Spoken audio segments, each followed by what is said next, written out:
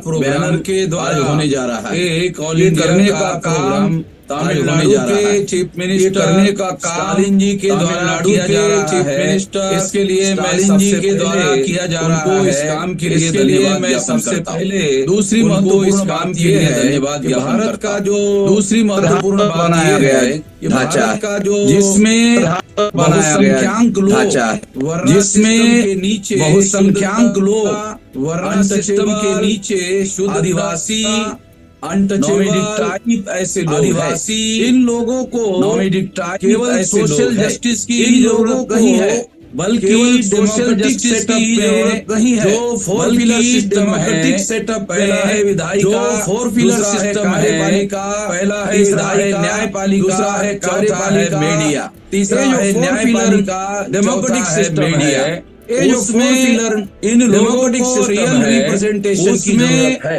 इन लोगों को real representation मिला हुआ है। आज इन लोगों नॉमिनेटेड रिप्रेजेंटेशन मिला हुआ है, होने वाला नहीं। नॉमिनेटेड रिप्रेजेंटेशन को समझना होगा, सोशल जस्टिस होने वाला नहीं। जस्टिस का जो कॉन्सेप्ट है हमको समझना होगा, क्योंकि सोशल जस्टिस का जो कॉन्सेप्ट लागू किया गया वो बैकवर्ड सामाजिक न्याय की बात किया गया। तो ये सामाजिक न्याय की बात है। ऐसा मैं ऐसा मानता हूं कि अगर ये बात है कहा गया रिजर्वेशन को ही सोशल जस्टिस कहा गया है, तो रिजर्वेशन को ही सोशल जस्टिस कहा गया। SC ST OBC रिजर्वेशन से इन लोगों को SC ST OBC की जरूरत है। इन लोगों को भारत में सोशल चेंज की जरूरत है। सोशल चेंज की जरूरत है, जो भी ज्यादा वर्ण चेंज की जरूरत है। जो जातियां अस्पृश्यता के आधार पर जाति आदिवासियों को सेग्रीगेट करने के आधार पर महिलाओं आदिवासियों को सेग्रीगेट करने के आधार पर महिलाओं को दास करने के आधार पर अधिकार वंचित की गई है करने के आधार केवल अधिकार वंचित की गई है करने से उनको समस्या का समाधान होने वाला नहीं है। करने से चेंज किए बगैर समाधान होने वाला नहीं है। मौलिक समस्याओं का चेंज किए बगैर इन लोगों की मौलिक समस्याओं का समाधान सोशल चेंज कैसे होगा? सवाल है जब तक फिर ये सोशल चेंज के ओबीसी माइनॉरिटी के लोग जब तक अपने बल पर SC OBC माइनॉरिटी के लोग अपने बल पर अपनी संगठित शक्ति का निर्माण नहीं करते और तब तक अपनी संगठित शक्ति का निर्माण नहीं करते। तमिलनाडु में एरिया चेंज होने के द्वारा तमिलनाडु में रिस्पेक्ट मूवमेंट चलाई गई थी के द्वारा इंडिपेंडेंट जो सेल्फ रिस्पेक्ट मूवमेंट चलाई गई इंडिपेंडेंट मूवमेंट इंडिपेंडेंट चलाने की वजह से ही और वो इंडिपेंडेंट मूवमेंट के चलाने की वजह से ही ऑर्गेनाइजेशन है उनको पावर में जो केवल हिस्सेदारी नहीं मिली है बल्कि पावर में करने केवल हिस्सेदारी नहीं मिली है बहुत बड़ा चेंज है। इस तरह का चेंज केवल तमिलनाडु में करने से समस्या का समाधान नहीं होगा। केवल तमिलनाडु में करने से समस्या का समाधान नहीं होगा। ये और सारे देश भर में होना जरूरी है और सारे देश शक्ति के बल पर सोशल होना जरूरी है। इस संगठित शक्ति के बल पर सोशल चेंज किया जा सकता है, होने वाला नहीं है। सोशल जस्टिस से सोशल चेंज करने की जरूरत होने वाला नहीं है। सोशल चेंज करने की जरूरत है। अपनी खुद की सोशल चेंज करने के लिए होगा हमें अपनी खुद की संगठित शक्ति का निर्माण करना होगा और वो करने के लिए अगर स्टालिन जी पहल करते हैं तो बहुत अच्छी बात है, उनको ये करना चाहिए। मुझे इस काम में हम लोग उनको साथ सहयोग करेंगे और वो ऑल इंडिया में अगर इसमें पहल करते हैं तो निश्चित रूप से इसका राष्ट्रव्यापी असर होगा। ऐसा करना जरूरी है। मैं उम्मीद करता हूँ स्टालिन जी इसके लिए पहल करेंगे। आपने मेरी बात ध्यान से सुनी, इसके लिए आभार, धन्यवाद।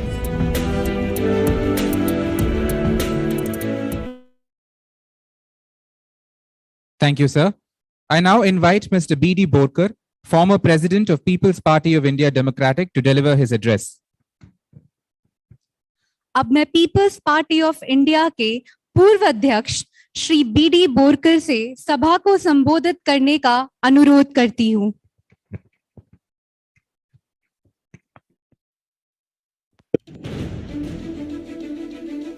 Respected Honorable Stalin, the Chief Minister of Tamil Nadu, Honorable Justice Ishwaraya, Honorable Justice Yadav, Mr. Wilson, Member Parliament Rajya Sabha, other dignitaries on the dais, off the dais, and ladies and gentlemen. At the outset, I am extremely thankful to the organizers and especially Justice Ishwaraya having given me an opportunity to put forth my views in this conference. I am presenting my views on behalf of my party the People's Party of India Democratic. Our party is a nascent 4 years old, but an all India party having offices in about 12 states and working under the fully Ambedkarite ideology, which is nothing but the constitutional ideology. The nation should be governed by the constitution, which is a collective will and resolve of the people of this country, that we shall provide justice, social, economic and political, and of course, equality of opportunity and status and liberty of thoughts and expression.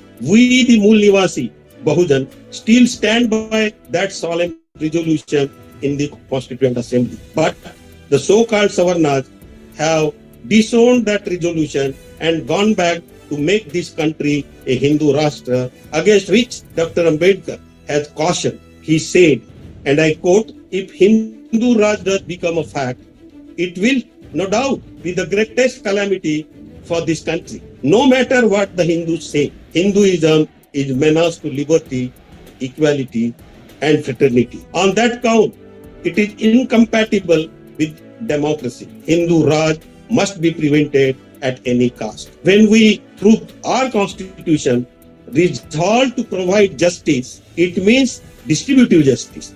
It also means the resources of the nation should be equitably distributed to the peoples of this nation. How can it be done without collection of data of a different caste through census? This is the popular demand of the Mool Nivasi Bahujan Samaj, which constitutes 90% population of this country. Only a handful of Brahminical forces who have disowned the solemn resolution adopted by the Constitution are opposing the popular demand of caste census. What more can be expected from these creatures? They are the selfish lot who do not want to share the resources of the state because they will be losers and will not be allowed to amass the wealth of the nation. Whom to blame and from whom to demand the caste census? We are demanding it from those who are determined not to do it. They have filed an affidavit in the Supreme Court to that effect. We also cannot expect from the Supreme Court, because their kith and kin are sitting in the Supreme Court,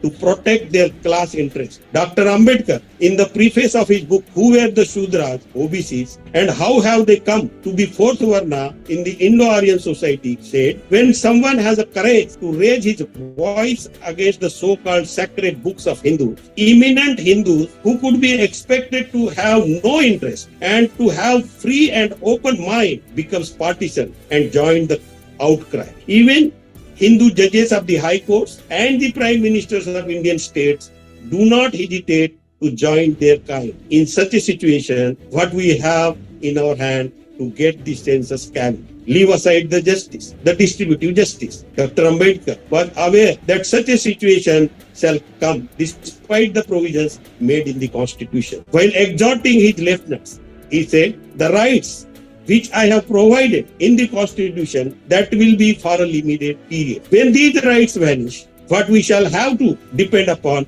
is our organization, our unity, and our strength. Do we have any strength? Do we have any power? Having 90% population numerically, how can we say we have no strength? We have no power. We have power, not in our hands, but on the fingertips of our hand, which Dr. Ambedkar laboriously earned for us from British in 1930 and incorporated in our Constitution through Article 326 of the Constitution. What have we done with it? We have given this power in the hands of our enemies for the last 72 years and even continue to hope that they will use this power for our rights, for our betterment.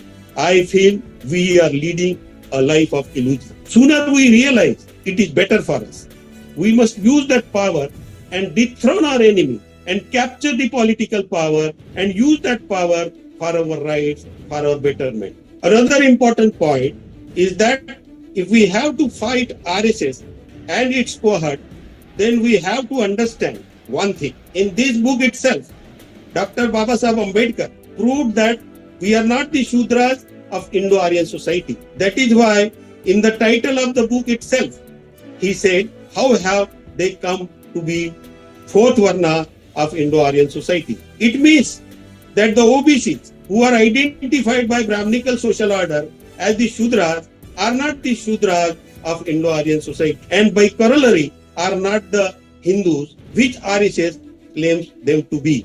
We are different people, the original inhabitants, Mool Nivasis of this land. This awakening is required on large scale among OBC. Unless we distinguish ourselves from the Hindus of RSS, which are only Savarnas, we cannot fight them. There is no point to beat around the bush. To conclude, we have to fight RSS, BJP, not only politically by constitutional means, but socially by sociological means. Jai Bhim, Jai Mool Nivasi, Jai Samvidhan, Jai Bharat. Thank you.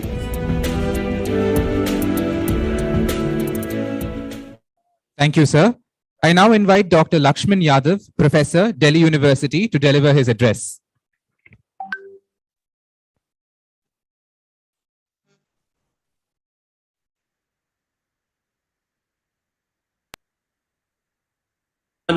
जोहार इंकलाब जिंदाबाद। दोस्तों, आज हम लोग जिस वजह से दिल्ली में इकट्ठा हुए हैं, ये बहुत जरूरी वजह है। बाबा साहब डॉक्टर भीमराव अंबेडकर ने संविधान सभा की आखिरी बैठकों में एक बात कही थी कि ये राष्ट्र अभी है नहीं, भारत एक राष्ट्र है नहीं, भारत को राष्ट्र बनना है।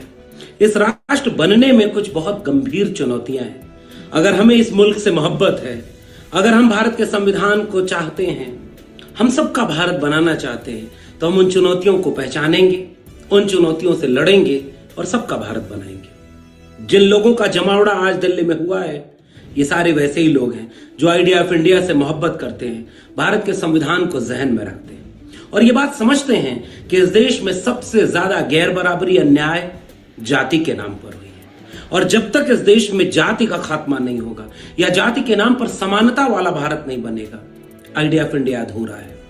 इसलिए हम सामाजिक न्याय के मानने वाले लोग, बिरसा, फूले, अंबेडकर, पेरियार, अब्दुल कयूम अंसारी, भगत सिंह को मानने वाले लोग, मंडल और कांशी राम को मानने वाले लोग, इस देश के मोहब्बत करने वाले लोग आज यहां पर इकट्ठे की लड़ाई जरूरी है।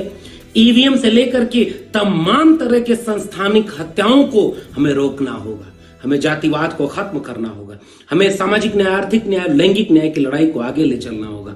इसलिए मेरा पैगाम इस मुल्क के आम आवाम से है, आइए, हमने भारत के संविधान और मंडल कमीशन का लाभ लिया है, हमने बिरसा, फूले, अंबेडकर, पेरियार, भगत सिंह, अब्दुल कयूम अंसारी, सावित्रीबाई, फातिमा शेख का लाभ लिया है, उनके कुर्बानी और संघर्षों का लाभ लिया है। इसलिए जिम्मेदारी हमारी है कि उनकी कुर्बानी से जो हासिल है उसे बर्बाद होने से बचाएं। खेत बचेगा तो हम आपस के झगड़े से निपट लेंगे कि किसके हिस्से की कितनी फसल। अगर खेत ही लुट गया, बर्बाद हो गया, तो बंटवारे की लड़ाई किस नाम पर होगी। मुल्क के 90% कमेरा लोगों, आइए मिल करके सामाजिक न्याय की लड़ाई को, जाति जनगणना की लड़ाई को, मंडल कमीशन के सिफारिशों के लागू कराने की लड़ाई को, शिक्षा के बचाने की लड़ाई को, भूमि सुधार की लड़ाई को, संसाधनों के बराबर के वितरण की लड़ाई को आगे ले चलें। और राष्ट्रभक्त हम हैं, राष्ट्र को बनाने का काम हमारे मुल्क के पुरखों ने किया है, इसलिए राष्ट्र को बचाने का काम हम करेंगे। बहुत बहुत शुक्रिया। जय भीम, जय मंडल, संविधान जिंदाबाद, उलगुलान जिंदाबाद, इंकलाब जिंदाबाद। Thank you, sir. I now request Dr. Anil Jaihind, the convener of the Samvidhan Bachao Sangharsh Samiti, to deliver his address.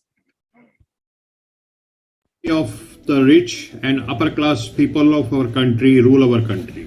Oxfam report reveals that there are 166 billionaires in our country, like Ambanis and Adanis, and top 1% of India's super rich own more than 40% of India's wealth, and top 10% own more than 2/3 of India's wealth, while bottom 50% own just 3% of India's wealth. So it is not a rocket science who are these super rich and who are the bottom poor. Without caste census, we all know that those who belong to the privileged castes of Brahminical hierarchical caste system are the super rich, and the backward classes are the bottom poor. Rich fund the political parties and government, so are the puppets of rich people and dance to their tunes. The policies of the government are dictated by the rich, as backward classes are poor, so they are voiceless. That is why even after 75 years of independence, we backward classes are still crying hoarse for our fundamental constitutional rights, but nobody cares. So the need of the hour is that we pull up backward classes from the black hole of poverty and make them wealthy. So how to pull them up? That is $1 million question. So there are 3 doors to wealth. One is inheritance from the parents, which is not possible in the case of backward classes. Second is social capital. I mean support from the family, from relatives, from caste, from community. That too is not possible for obvious reasons. Third is the bank loans. Even Adanis and Ambanis, they need bank loan to stay rich.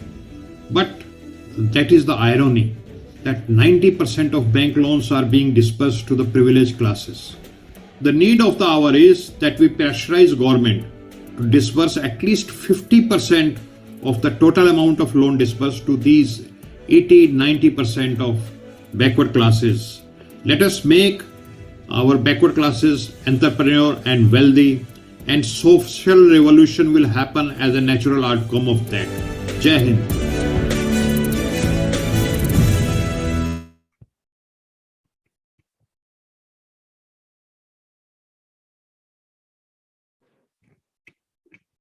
Thank you, sir. I request Dr. Ratan Lal, Professor, Delhi University, to deliver his address. P. Wilson, Justice Ishwaraiya Sahab, Justice Virendra Singh Yadav Sahab, and other dignitaries for organizing such an important and great program and taking head-on against the draconian BJP RSS regime, whose commitment is more to the Manusmriti than to the constitutional separate electorate for the depressed classes. But this tussle between untouchables and OBC never affected Ambedkar's ideas of Bhujan Hitay, Bhujan Sukhay. He always stood for the rights of OBC communities, and when he got the opportunity to frame the Constitution of India, first he made the provision for OBC reservation in Article 340. And we should also remember when Ambedkar resigned from the Nehru cabinet, and out of 4 reasons, one reason was non-implementation of OBC reservation or commission. At this juncture, we should remember that Ambedkar met Peralai twice, and Ambedkar favored the revival of non-Brahmin parties of Bombay and Madras provinces. We must now congratulate the Honorable Chief Minister Tamil Nadu for combining the struggle of both Ambedkar and Periyar. I request Honorable CM through MKStalin and other OBC leaders to come forward and appeal their followers to stand up as the vanguard fighters against the atrocities on scheduled caste and scheduled tribes minorities by the caste Hindus, upper caste Hindus, and don't align with them in any way. We should recognize the support made by SC/ST OBC minorities, and they have always supported and fought for reservation of OBC, protection of their rights and caste census. So once again I request all of you, the dignitaries, to stand up as a crusader against the Brahmanical forces and protect the interest and dignity of SC/ST OBCs, minorities, women and all. And the Tamil Nadu model of social justice must be repeated at all India level. Thank you. Jai Bhim, Jai Periyar.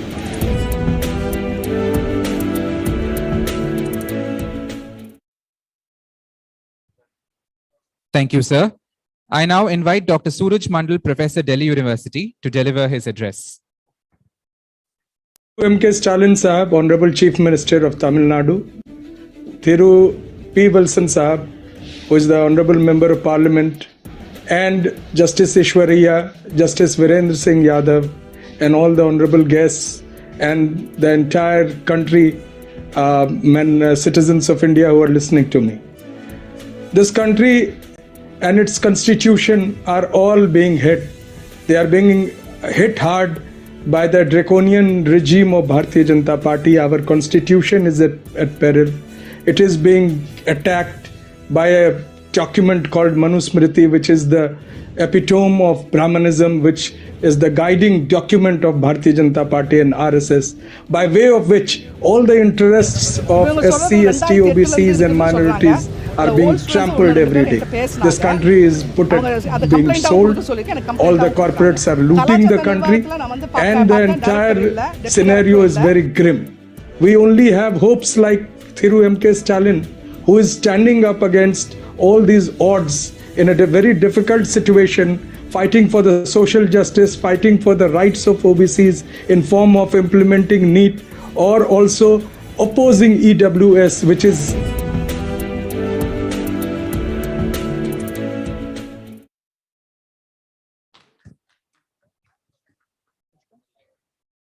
Thank you, sir. I now invite Mr. Bahadur Singh Lodhi, the Chief Organizer of Pichavarg Samyukt Sangharsh Morcha, Madhya Pradesh, to deliver his address. कि भारत देश में संख्या कितनी है, इसलिए प्रति 10 वर्ष बाद भारत देश में जनगणना होती है। दुनिया का अनोखा देश है भारत। भारत के 50% से अधिक जनगणना से मांग करते रहे हैं। भारत की जनगणना में हमारी जनगणना हो। भारत की जनगणना में SC, ST सामान्य वर्ग की जनगणना होती है। मत पंथ के अनुसार हिंदू की गणना होती है, मुसलमान की गणना होती है, ईसाइयों की गणना होती है, परंतु ओबीसी की गणना नहीं होती। स्त्री पुरुषों की गिनती होती है, परंतु ओबीसी की गिनती नहीं होती। यहाँ तक कि हिजड़ों की गिनती होती है, परंतु ओबीसी की गिनती नहीं होती। हम ऐसा मानते हैं, हमारी हैसियत भारत में हिजड़ों से भी गई बीती है। इसलिए आप सभी से और भारत के समस्त न्याय प्रिय लोगों से हम सब निवेदन करते हैं कि जनगणना के लिए भारत सरकार पर दबाव बनाया जाए।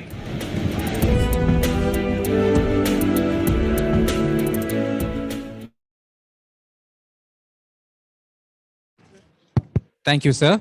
I now request Mr. Dilip Mandal, senior journalist, to deliver his address. This meeting of Social Justice Forum.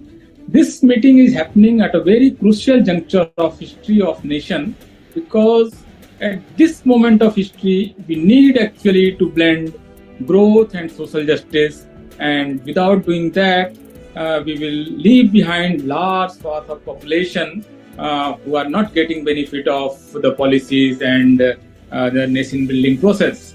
So as we have seen in some of the states, especially southern states, and I would like to name Tamil Nadu and also to some extent Kerala, they have shown a way of the development model, and I call that model growth with capability approach, or what you call Dravidian model.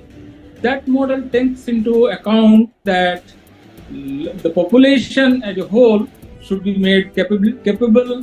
Their capacity has to be enhanced so that they become part of the development matrix. Otherwise, the middle class will not grow, and with that, the manufacturing sector and also to some extent services sector will not grow.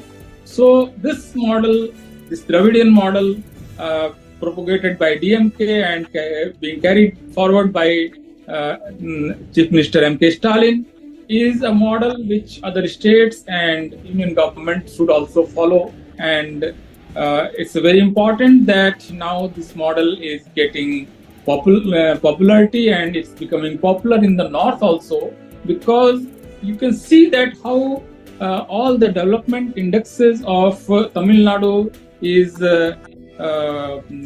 surging forward, moving ahead and beating many of the states. So that is the model which is there, which other states can follow, or they can make amendments according to their local needs.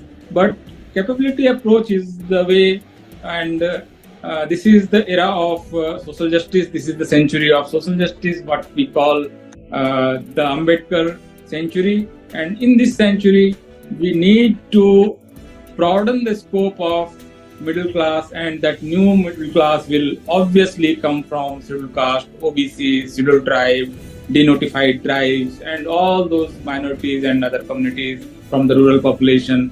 And I think that model is the way forward. And it's great that you are holding this meeting, and with this you will take different other initiatives also to make this model national model.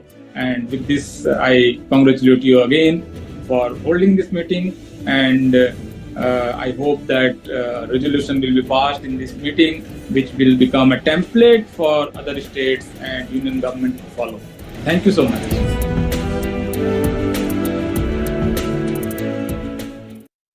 Thank you, sir. I now invite Mr. P. Wilson, Member of Parliament and convener of the All India Federation for Social Justice, to deliver the keynote address.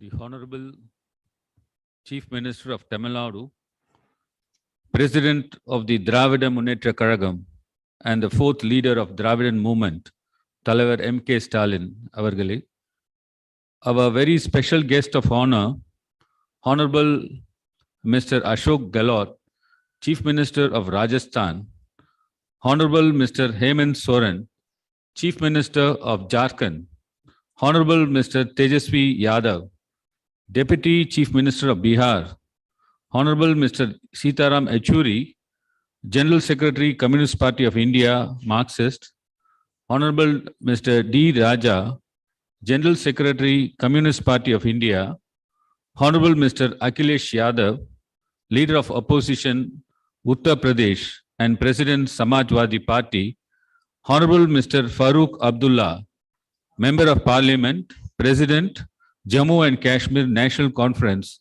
and all other honorable members of Parliament, members of legislative assemblies, leaders from various political parties across India, Honorable Justice Retired V. Ishwaraya, Convener of Social Revolution Alliance and Chairman of All India Backward Classes Federation, Honorable Mr. Justice Retired Virendra Singh Yadav, Chairman of Social Revolution Alliance, all other dignitaries who have joined us on the digital platform and physically present here, social justice activities, office bearers of organizations, press, media, ladies and gentlemen, good evening and vanakkam.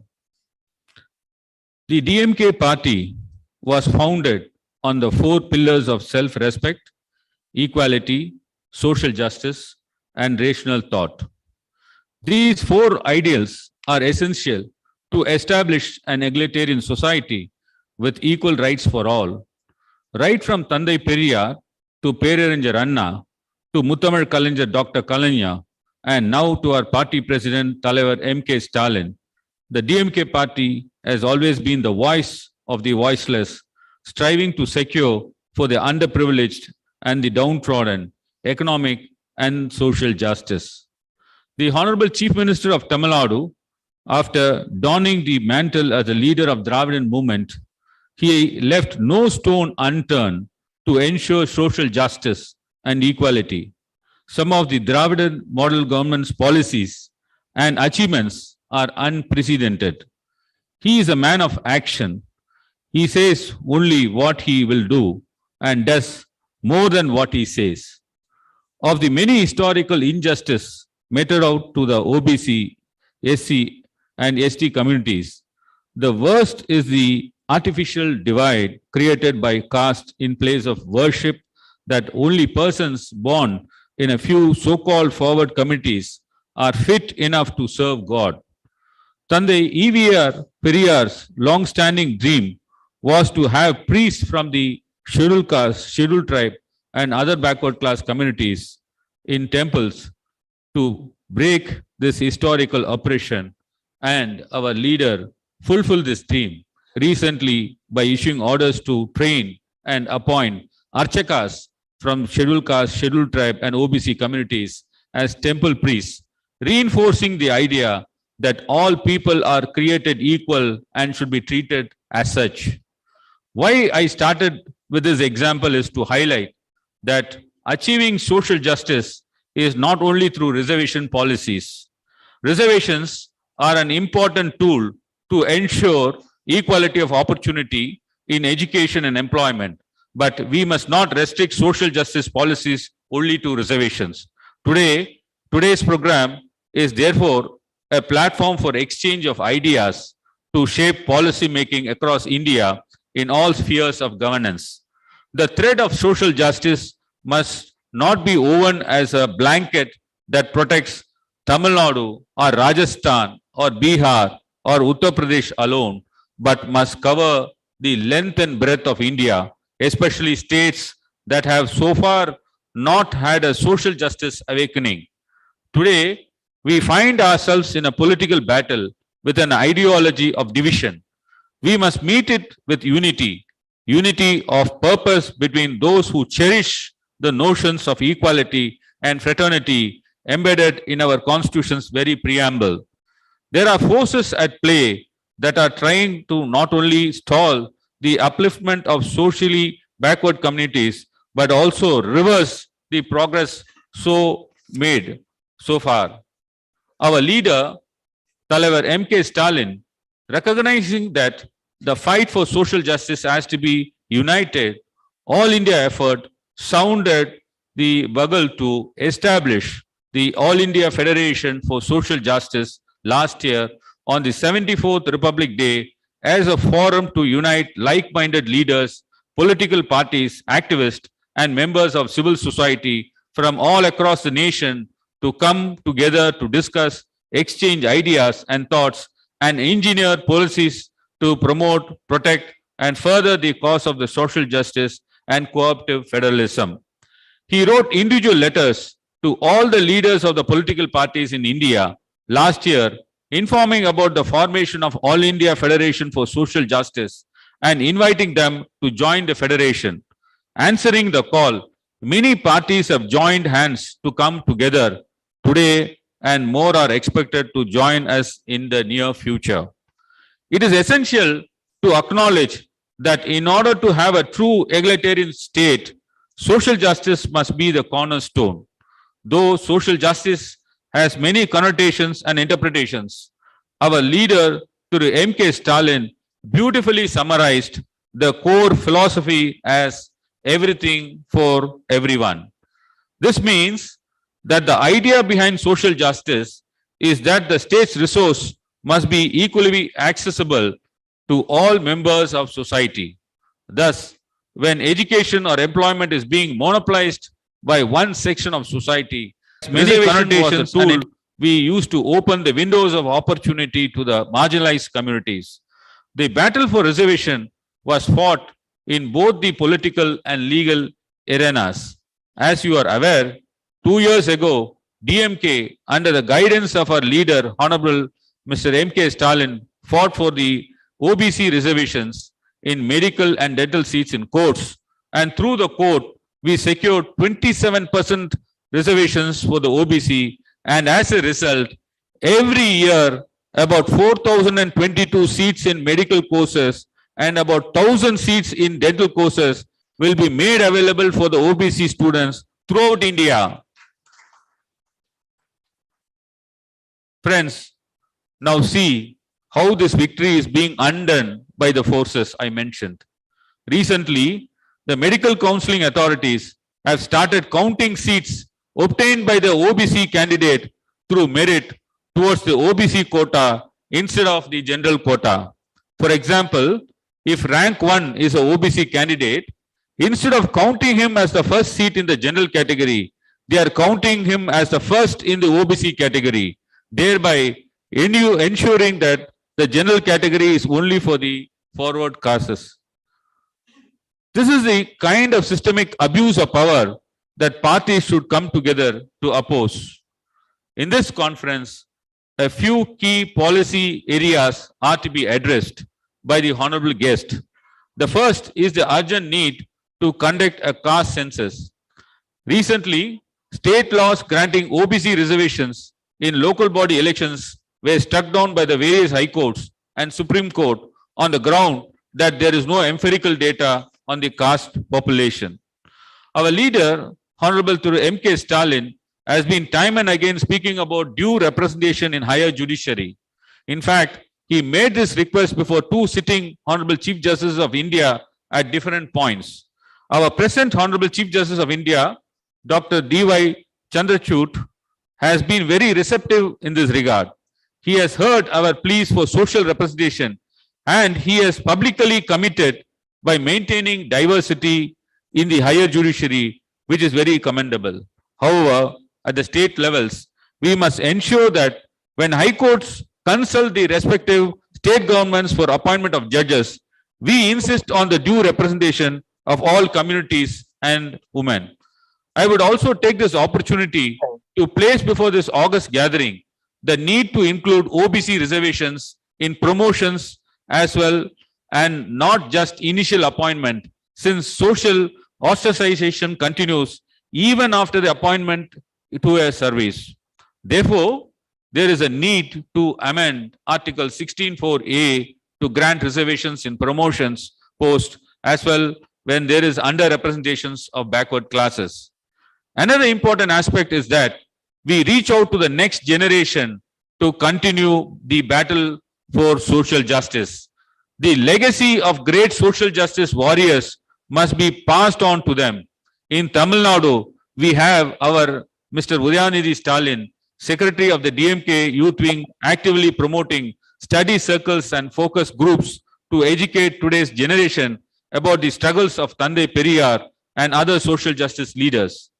The inculcations of social justice values in the next generation is of paramount importance.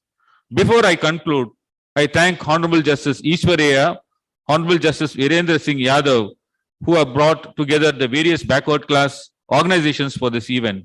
I sincerely thank Honorable Mr. Ashok Gehlot, Chief Minister of Rajasthan, Honorable Mr. Hemant Soren, Chief Minister of Jharkhand, Honorable Mr. Tejasvi Prasad Yadav, Deputy Chief Minister of Bihar, Honorable Mr. Akhilesh Yadav, Leader of Opposition, Uttar Pradesh, and other honorable guests who have come here and who are coming on the online, and other special invitees and speakers for their participation and address in today's event.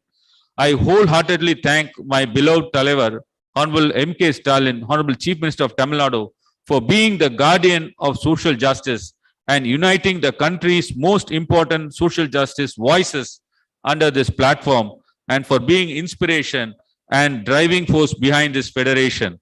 I thank each and every one of the honorable guests for their august presence here, and I am positive this conference and federation is the first step of the journey to establish a nationwide network of social justice policies, heralding a new age in our democracy. Vanakkam.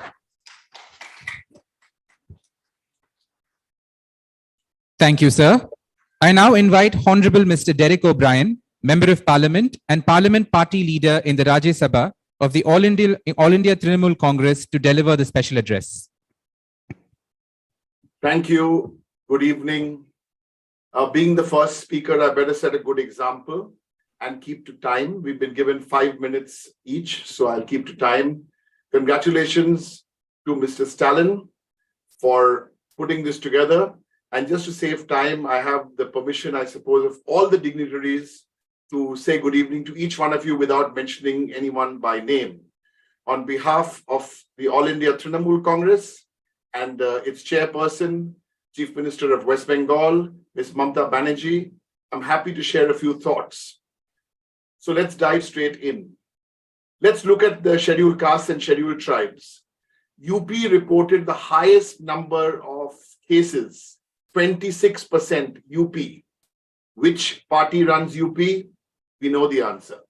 Madhya Pradesh reported the highest number of cases at 30%.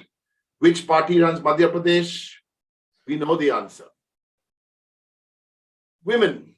Crimes against women have increased by 15%. Sadly, there are 86 cases of rape every day. Kolkata, fortunately, where I come from, is the least crime population from the metropolitan cities. And we had 11 rapes, but that's even 11 rapes too many. I want to give you very, very quickly some examples of Bengal to share, which can become a model. My friend Mr. Wilson was telling us about Tamil Nadu, and I think it's a great learning experience where states can learn and share good ideas from each other. The Kanya Shri scheme in Bengal touches 81 lakh girls. It's a cash allowance, which has been awarded. It's got a lot of international awards. The Vivekananda Scholarship has benefited 8 lakh students. That's from economically backward sections. The Rupashri is a cash transfer scheme for women before marriage. That's more than 2 lakh women. And there are other schemes like Yuvashri, which has a financial assistance for 2 lakh youth and a scholarship for minority community students called AIFSJ. So there are lots and lots of schemes. We don't have the time to go into those details, but I want to leave you with two thoughts for this conference. The caste-based reservation should extend. I completely agree with what Mr. Wilson said in his opening remarks, and I do believe the caste-based reservation should extend to Dalits and the converts to other religions. And of course, there's been a considerable delay in census. And with so many great minds here today, I want to leave you with the thought of seeing the Ranganath Mishra Commission in 2007. And that commission had recommended that, yeah, I can be heard. So that's 3 minutes. So I've got another 2 minutes. So I've made some points about the opening remarks. But in the next 2 minutes, I really again want to congratulate the DMK and the Mr. Stalin for getting political parties on a common platform. Now that's the need. It's wonderful. The Chief Minister, Mr. Gehlot, is here from a Congress state. We have Mr. Akhilesh Yadav, Mr. Hemant Soren from the JMM, and all the political parties are here. There are still 2 or 3 political parties who don't want to fight the BJP. This is not the time to sit on the fence. I would humbly appeal to Mr. Naveen Patnaik and the Biju Janata Dal. You've got to be here, sir. We together, Mr. Jagan Reddy of the YSR. And I know we keep saying this is not a political platform. Of course, all these are political platforms, and let's not shy away, because now is not the time to be gray. Now is the time to be black or white. We have a task to do, and thank you so much for hearing me out. And I want to encourage all the other speakers after this to stick to their time. Thank you very, very much. Jai Hind.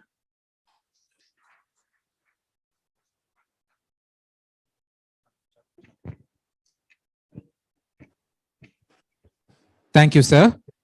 I now request Honorable Mr. Chagan Chandrakant Bhujbal, the member of the Legislative Assembly, Maharashtra, and former Deputy Chief Minister of Maharashtra from the Nationalist Congress Party, to deliver his special address. At the outset, I thank Honorable Stalin for convening this National Conference for Social Justice. I have 2-3 suggestions. All other things we are discussing since long. From various parties, we people are here.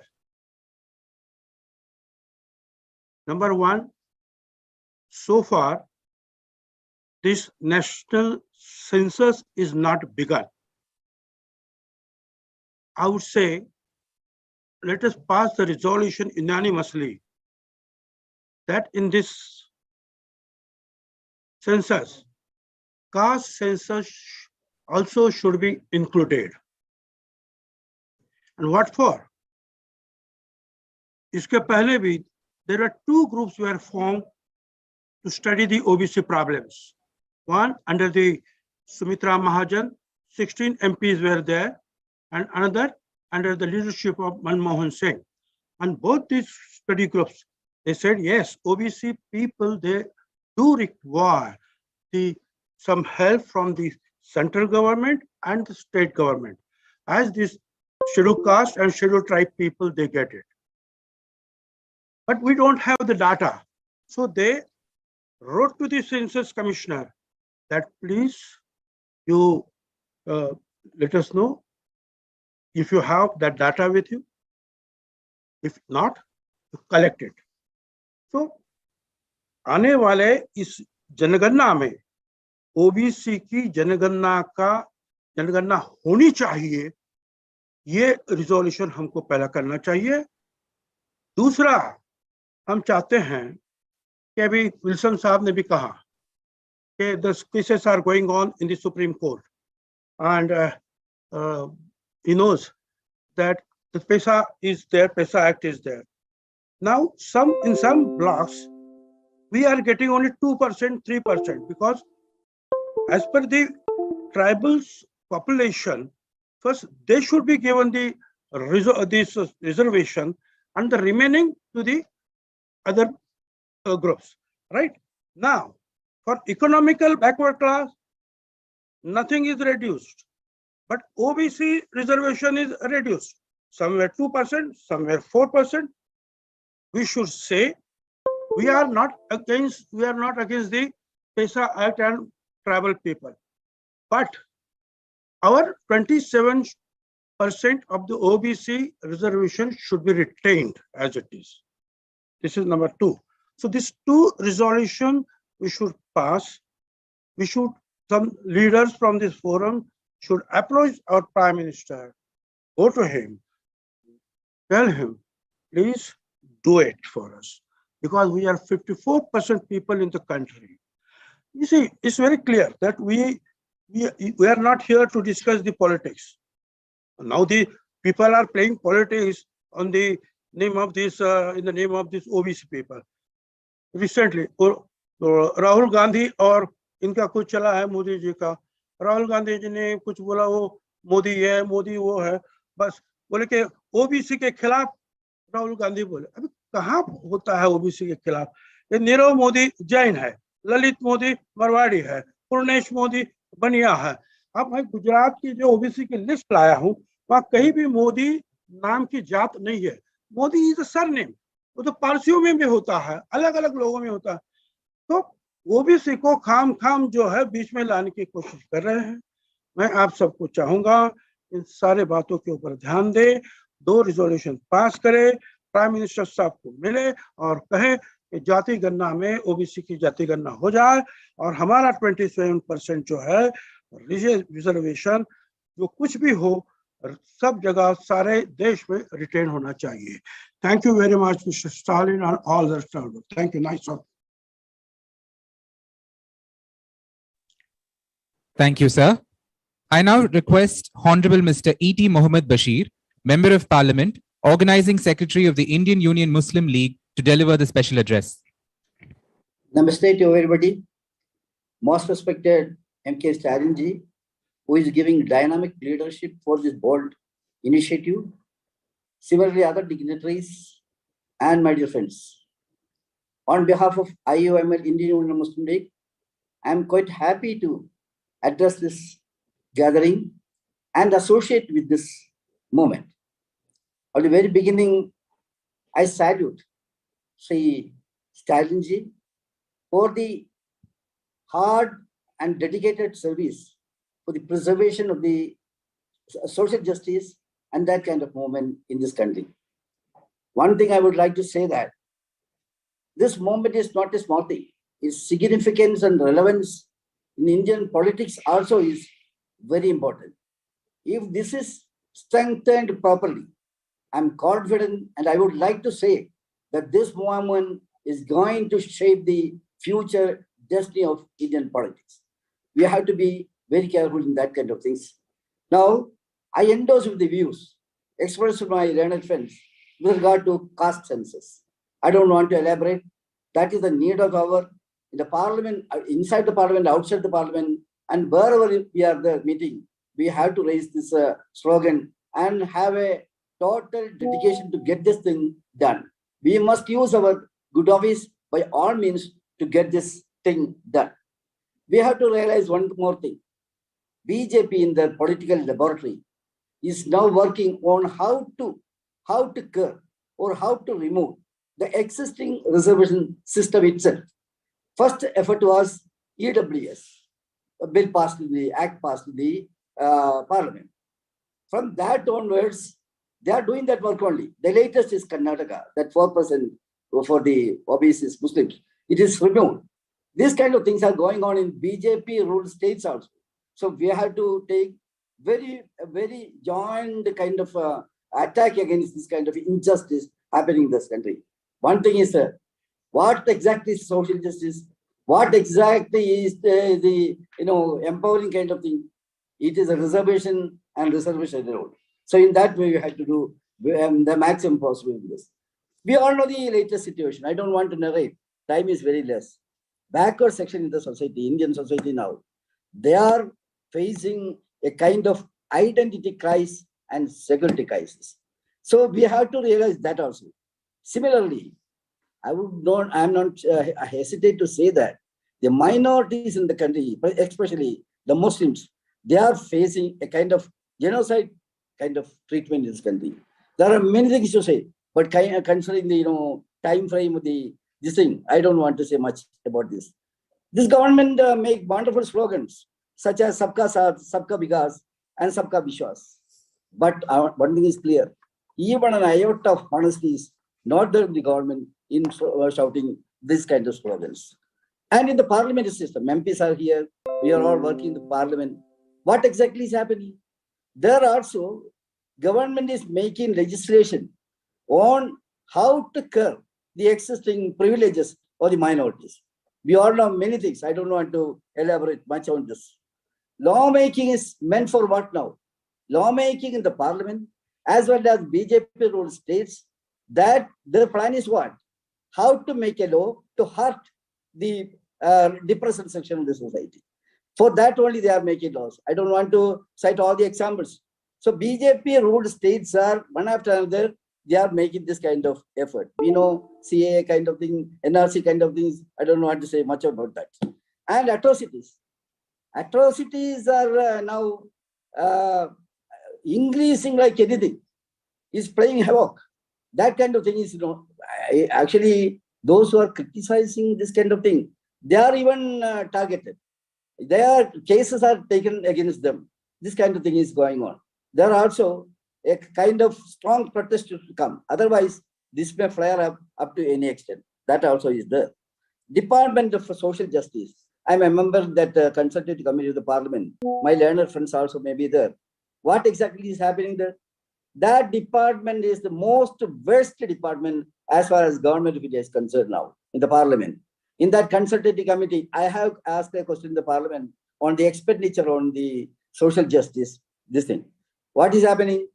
They are purposely trying to curb the very existence of that department. Budget allotment, it is not utilized. Sometimes it is underutilized. Even certain, I will tell you, certain scholarship given to the minorities, that is now completely stopped. There is no reason. There is no justification in their activities. This kind of things are going on. And using draconian law to silence the opponents. Of course, we are having strong kind of approach. Unfortunately, now that also is under threat. You cannot speak, you cannot write, you cannot ask the questions, you cannot raise your voice. Media persons, they are behind the bar. What sin they have committed? They are out against government policies. Who are writing against government policies, they are taken under custody and they are in the jail even without giving a charge sheet. These kind of things are going on. How to make an end to this? Yeah, end can be made only through the joint effort of all the like-minded parties who are committed for social justice. I am confident that this will become a reality. Especially in the light of Tamil Nadu experience, we may be able to make our ideas into action. With this meeting should be to have renew that determination. With these few words, I once again express my thanks and congratulations for Mr. Stalin and his team for taking initiative for such a moment. With this few words, I can go. Thank you very much. Sir, I now invite Honorable Thiru Manoj Kumar Jha, Member of Parliament, Rashtriya Janata Dal, Bihar, to deliver his special address.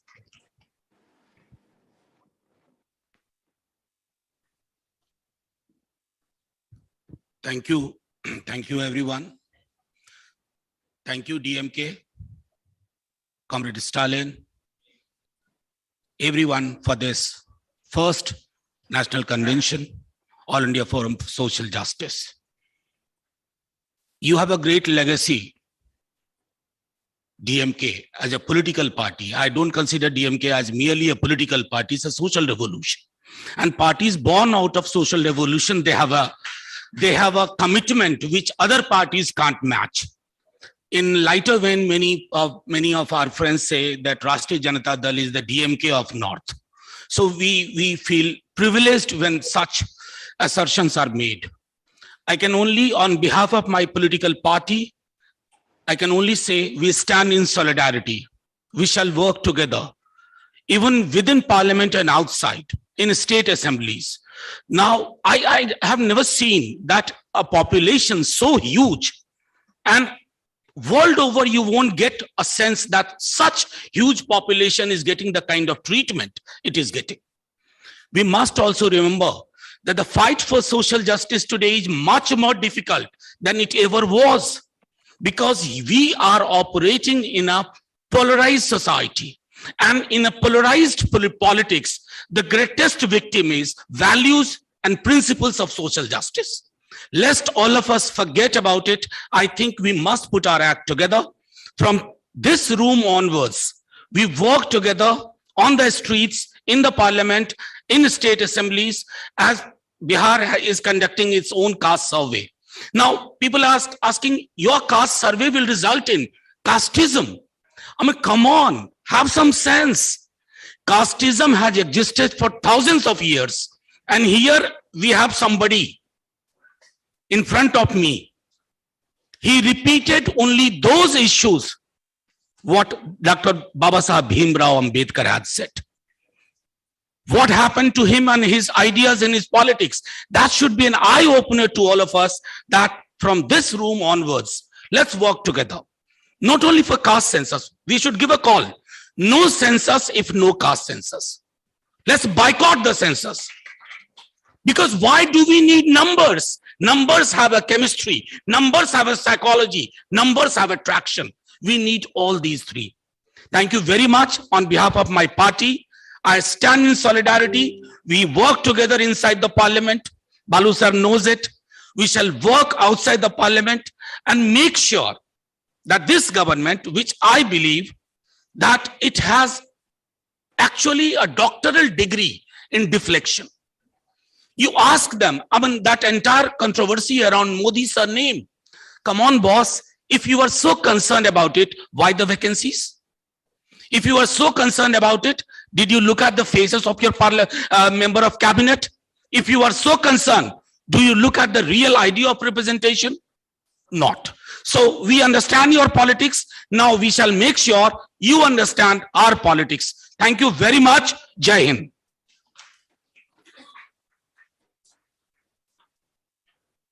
Thank you, sir. I now invite Honorable Mr. Rajkumar Saini, former Member of Parliament, Loktantra Suraksha Party, Haryana, to deliver his special address. नमस्कार. सबसे पहले मैं आज बधाई देना चाहता हूं MK Stalin जी और पिछड़ा वर्ग आयोग के चेयरमैन रहे ईश्वरैया जी को कि उन्होंने Ashok Gehlot ji, chief minister Rajasthan, chief minister Hemant Soren ji और तेजस्वी यादव डिप्टी सीएम बिहार और leader of opposition Akhilesh ji और former chief minister Farooq Abdullah ji और बहुत सारे लोगों को इनवाइट करके जो आज का प्रोग्राम रखा है, उसके लिए मैं बहुत धन्यवाद देना चाहूंगा स्टालिन जी को और ईश्वरैया जी को। मित्रों, जब तक बराबरी गैर बराबरी रहेगी तब तक कोई इंसाफ नहीं होगा। इस देश के अंदर हमारे 3 हीरो थे, पेरियार ई रामास्वामी, बाबा साहब भीमराव अंबेडकर और महात्मा ज्योतिबा राव फुले, जिन्होंने इस देश के अंदर अंधविश्वास और गुलामी की जो मानसिकता देश के अंदर हुई है, इसके மானசிகता गुलाम होने की वजह से ये देश சாதியத்தின் சுயரூபத்தினை தோல்விக்கும் துணிச்சலான வசனங்கள் என நேர்த்தியான படைப்பாக மிளிர்ந்திருக்கிறது நெஞ்சுக்கு. நடுவுல நிக்கிறது இல்ல சார் நடுநிலை, நியாயத்தின் பக்கம் நிக்கிறது தான் நடுநிலை. நம்மளை இங்க எரிக்க தாண்டா விடுவாங்க, எரிய விட மாட்டாங்க. ஒருத்தன் நல்லவனா இருக்கிறதும் கெட்டவனா இருக்கிறதும் சாதியில இல்ல சார், குணத்துல இருக்கு. வலியில கத்துனா கூட ஏன் கத்துறன்னு தான் கேட்பாங்களே தவிர அடிக்கிறவனை எதிர்த்து இங்க பேச மாட்டாங்க. சட்டம் தான் இந்த நாட்டின் தேசிய மொழி உள்ளிட்ட தமிழரசன் பச்சமுத்துவின் வசனங்கள் திரையை தீப்பிடிக்க வைத்திருக்கின்றன. திருப்பூரில் ஆதிக்க சக்திகள் எதிர்ப்பு காரணமாக சத்துணவு சமைக்கும் பெண் ஒருவர் பட்டியலின சாதி என்பதால் புறக்கணிக்கப்பட்டு அவமானப்படுத்தியது, பொள்ளாச்சி பாலியல் வன்கொடுமை சம்பவங்கள், கூண்டுக்குள் அடைக்கப்பட்டிருக்கும் பெரியார் அம்பேத்கர் சிலைகள், வேல் யாத்திரை போன்ற தமிழ்நாட்டில் நடந்த உண்மை சம்பவங்களை காட்சிப்படுத்தி இருக்கிறது. சில காட்சிகள் இன்றைய அரசியல் சூழல்களுடன் பொருந்தியே இருக்கிறது. நீட் நுழைவுத் தேர்வின் காரணமாக மருத்துவம் படிக்கும் வாய்ப்பினை இழந்து தன் உயிரை மாய்த்து கொண்ட தங்கை அனிதாவின் பெயரில் ஒரு கதாபாத்திரம் வடிவமைக்கப்பட்டது. அந்த கதாபாத்திரம் திரையில் தோன்றும் பொழுது ஒட்டுமொத்த திரையரங்கமும் ஆர்ப்பரிக்கிறது. ஹிந்தி மொழி குறித்து ஹிந்தி கத்துக்கிறது ஆர்வம், கத்துக்கணும்னு கட்டாயப்படுத்துறது ஆணவம் என்கிற வசனம் இடம்பெற்றிருப்பது இங்கே குறிப்பிடத்தக்கது. ஆக நாடு முழுக்க பரவியுள்ள சாதியத்தின் தீவிரம், அதன் காரணமாக எளியோர்கள் எப்படியெல்லாம் பாதிக்கப்படுகிறார்கள் என்பதையும், அப்படி பாதிக்கப்படுபவர்களுக்கு அரசு இயந்திரமும் காவல்துறையுமே எதிராக நிற்கிறது என்பதையும், அதற்கான காரணம் அவர்களுக்குள்ளேயும் இருக்கும் சாதிய மனநிலைதான் என்பதையும் அப்பட்டமாக பதிவு செய்திருக்கிறது நெஞ்சுக்கு நீர். சாதி ஒழிப்பை அடிநாதமாக கொண்டு எழுந்த இயக்கத்தின் வழிவந்து बहुत सारे जेल में जा चुके हैं। जिस दिन से मोबाइल अस्तित्व में आया है, हम और आप बैठ करके इसके ऊपर आज चर्चा कर रहे हैं। कम से कम इसमें अब बहुत ज्यादा देर नहीं लगेगी। बहुत देर हो चुकी है। इस देश की गरीबी का जो मूल कारण है वो है हमारा ऊंच नीच पैदा करने वाला जो धर्म जिसको हम हिंदू धर्म कह रहे हैं। जबकि आप जानते हैं कि सुप्रीम कोर्ट में भी बहुत सारे के कोई शब्द इन शास्त्रों में हिंदू नाम का नहीं है। ये तो महात्मा गांधी ने कि कहीं ब्राह्मणवादी व्यवस्था ये माइनॉरिटी में ना आ जाए तो बाकी के लोगों को सब दलित पिछड़ा जिसको हम मूल निवासी कहते हैं इनको जोड़ करके ये जो 80% लोगों को इसमें इन्वॉल्व किया है। जब हमें अधिकार देने हैं तब तो हम दलित और पिछड़े हैं, लेकिन जब हमें वोट लेने हैं हमारे से तब हम हिंदू हैं। यही एक देश की बदकिस्मती है कि जिसको वामन मेश्राम जी ने बहुत सही शब्दों में कहा कि जब तक सामाजिक परिवर्तन नहीं होगा तब तक इस देश को बिना सत्ता के हम इंसाफ नहीं दिला सकते। अगर इंसाफ दिलाना होगा तो सबसे पहले मानसिक गुलामी और जातीय व्यवस्था जो है इसको खंडित करके हमें बराबरी करनी होगी जैसे बाकी के देशों में है, जहां पर जाति व्यवस्था इतनी प्रगाढ़ हो चुकी है कि हम अपनी जाति पे नाज करके ये दलित और पिछड़ा जो आज अंधविश्वास में इनको फूल बरसाए जाते हैं कि आप बस भोले बने रहिए, भांग और सुल्फा पी करके और ढोल नगाड़े बजाते रहिए। यही व्यवस्था इस देश का नाश कर रही है। जबकि हमारे देश के अंदर अगर हम चाहते हैं कि ये देश आगे बढ़ जाए तो इस स्वर्ग नरक के डर से बाहर निकलना हो, अन्यथा स्वर्ग और नरक के नाम पर इस देश को लूटा गया है। इस देश को कर्म के भरोसे नहीं भाग्य के भरोसे स्टार्ट किया गया है।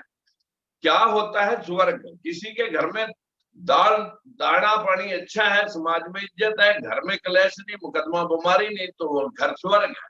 उसकी बनिस्बत जहां भाई भाई दो ही जमीन के लिए खूनी दुश्मन हो रहा, वहां जो है आप सब जानते हैं कि या किसी को पैरालाइज हो गया एक्सीडेंट में, कहीं उसके कोमा में चला गया, इन बिटवीन जो है ना वो जो व्यक्ति पड़ा हुआ जिसको कीड़े पड़ गए वो यही नरक और स्वर्ग भोगता है। आसमानों में कहीं स्वर्ग या नरक नहीं है। इसी डर की वजह से कि पुनर्जन्म में आप जो भी कमाओ, इस दलित और पिछड़े मूल निवासियों को बस यही समझाया गया है कि जो कमाओ हमें दान पुण्य कर दो और फिर हम जो है ना स्वर्ग में आपको भेज देंगे। स्वर्ग से आकर के किसी ने आज तक बताया नहीं कि मैं स्वर्ग पहुंच गया और जाके किसी ने देखा नहीं। इसी व्यवस्था के कारण ये पूरा देश लूट रहा है। मित्रों, मैं तो इतना ही कहना चाहूंगा कि अगर आप चाहते हैं राजनीति में तभी जा पाएंगे जब हम अंधविश्वास से बाहर निकलेंगे। हमारा दलित और पिछड़ा सिर्फ मानसिक गुलामी की वजह से आज हालात से बेबस उन बाबाओं के चक्कर में, उन पंडित पुजारियों के चक्कर में फंसा हुआ है, जो कर्म के भरोसे नहीं भाग्य के भरोसे उनको डाल रहे हैं और डर दिखा दिखा करके लूट रहे हैं। मित्रों, आज ये व्यवस्था जो आज स्टालिन साहब के प्रयासों से, ऐश्वर्या जी के प्रयासों से जो ये आज का प्रोग्राम रखा गया है, मैं उनको पुनः धन्यवाद देना चाहता हूं। और इतने सारे लोगों को आपने जोड़ा, उसके लिए बहुत बहुत धन्यवाद। Yes, thank you, sir. I now invite Honorable Mr. Mahadev Jankar, Member of Legislative Council, Maharashtra, to deliver his special address. First of all, I am thankful to the convener of the All India Federation for Social, Honorable Mr. MKStalin, and Honorable Justice V. Ishwaraya, and Honorable Mr. P. Wilson. Sir, I am, as per me for social justice in Indian democracy, the caste-based census is mandatory. As per history about the caste-based census, we all know that conducted in 1931. In 1931, the government of the India paid attention to the collection of the information of the conductive to better knowledge of the backward and depressed classes and of the problems involved in their present and the future welfare. Why do we want to hide the fact? If we would not get to that, how many of us are there? What is the benefit of the society? There was a need to determine the exact composition of our population and extend the reservation benefit according. If we do not know who is the standing in the last queue of the development, how come to plan same scheme for the only caste-based census?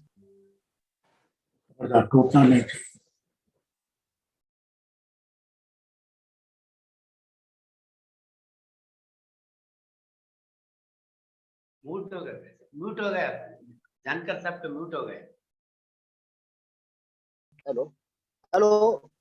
There is nothing but India UPA behaving in the same manner.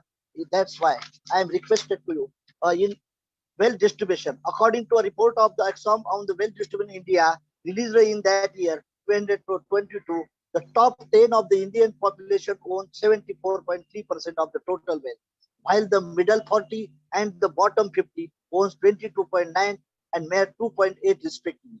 This data give us a clear picture of the increasing class-based inequality in India society. But considering the fact the Indian society is also satisfied on the basis of the caste, we need to look into their caste system based composition of the top 10, middle 40 and bottom of the 50 of the Indian population in order to arrive at the fair conclusion about that the data actually represents the various caste groups in India, which caste groups were benefited from the development story of the India and which groups have been left out. This in terms of the wealth distribution, we can clearly see that upper caste groups are very overrepresented in the top of the segment of the Indian population as compared to their population share, while OBC, ST, SC and minority communities are represented in the middle and bottom of the wealth of the distribution. Thus, the structure of the wealth distribution of India is mirrors the hierarchy of the caste system. That is the benefit of the policy making. The purpose of the caste census is not merely there to the reservation issue. A caste census would actually bring to the fore for the large number of the issues and that the democratic country need to attain the particularly the number of people who are the margins who are deprived or the kind of the occupation the purpose.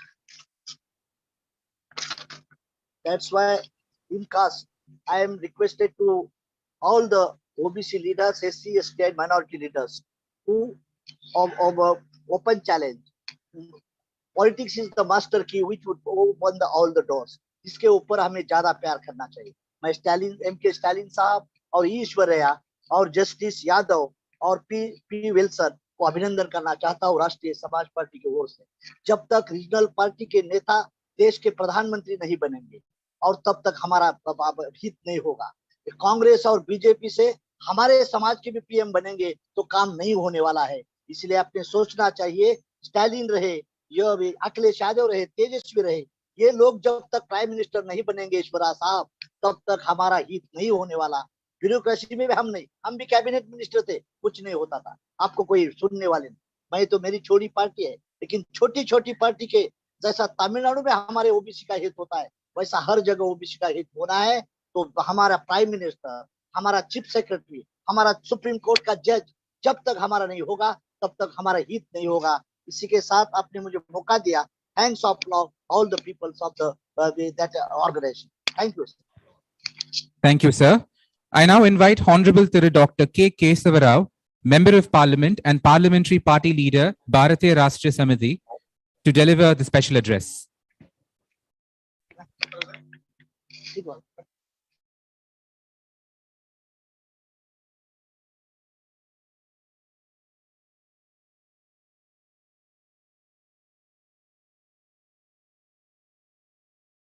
Anna, unmute. Please kindly unmute Honorable Member of Parliament Kesava Rao ji.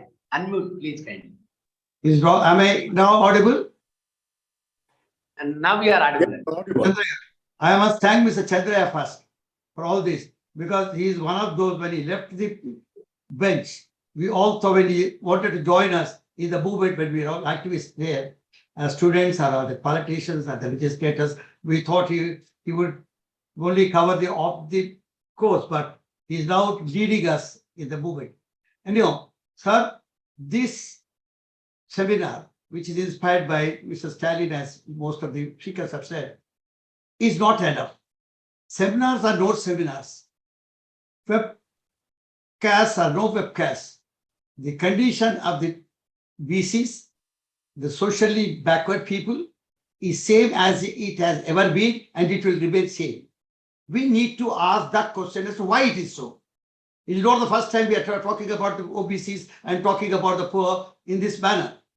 In a country like ours, in a nation, a multinational nation, which you call polarized society, it is not polarized society. It is some kind of, if people pardon me, it is a Brahminical order, because Varna order, of which you have reduced the entire society into, is one thing which has been divided into purity and also the pollution. And in the pollution, we have come into. Now we need to fight that pollution. We have been talking about this forever. Mr. Mole, who is here, whose presence I recognize, has written in his reform report all about it in the 4th volume. Now, why I'm saying this is, we need to find out, we have reservations, affirmative action, we have education, whether it is progressive one or revivalist one, is for you to decide. Because if I say I'm a critic of the education system, so is the education policy. So apart from that, we have the so-called schemes which my friend Derek has rolled out. All these are, in spite of all that, why is our condition is so bad as it has ever been? This has to be found out. And I represent as a constituency, let us say all of us represent a constituency where the majority, according to you, is OBCs. Is of the OBCs, SCs, STs, minorities, and other. Why is that you are not getting elected? Why is that only the Reddy Sahab or the Brahmin Sahab or the Kamba Sahab or the Velma Sahab is getting elected? So this has to be found. That is why when we talk about education, I said, don't say use education for awareness sake. Use education for motivation sake. Let the boys be motivated into social realities and social justice. Now, social justice here is distributive justice. Social justice here is a long chapter. So I would not include, because we are born in a very peculiar society where I can't just talk what exactly is social injustice. Everything is justice to us. Whoever is the poor is injustice. And unfortunately, all the poor are backward classes, mostly.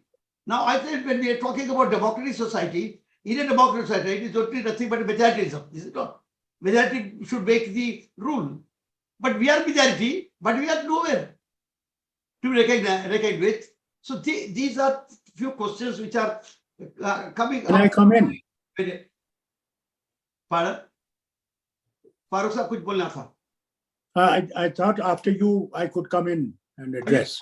So I will end this. I have nothing more to say, but say all that you are saying is correct, but at the same time, let the public worker take up the task of changing bringing the social change.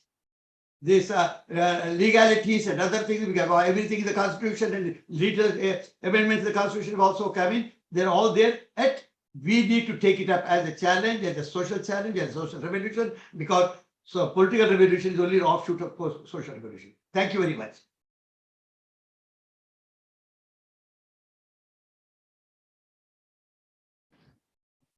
Thank you, sir. I now invite Honorable Mr. Farooq Abdullah, Member of Parliament and President of the Jammu and Kashmir National Conference, to address the gathering.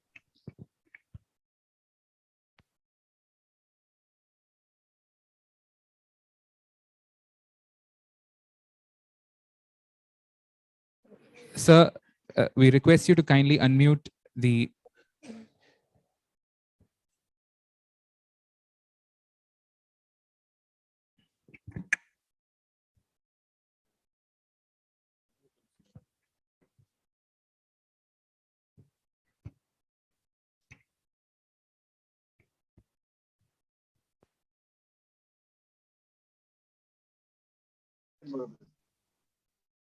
Sir, Honorable Mr. Farooq Abdullah साहब, kindly unmute. कृपया आप unmute करिए. Unmute करिए भाई साहब, आपका mic mute में है.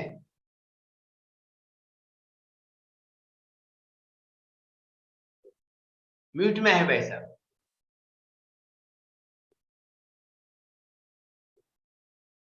No kindly unmute. उसका स्पीकर के ऊपर दबाए तो फिर अनम्यूट हो जाएगा. दो आइकन्स रहेंगे इधर, एक वीडियो का एक म्यूट का स्पीकर, उसमें दबाए तो अनम्यूट हो जाएगा.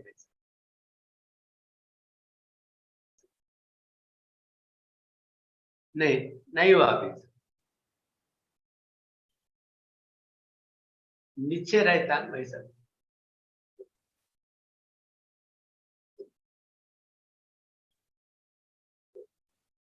म्यूट में है भाई साहब.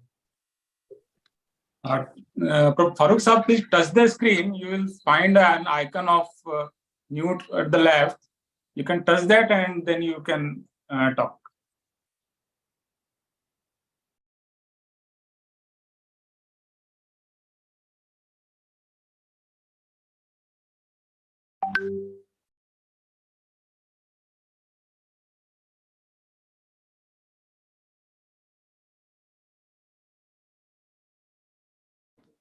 Since we have some technical issues, I request the Honorable Sanjay Singh, Member of Parliament, Aam Aadmi Party, to deliver the special address.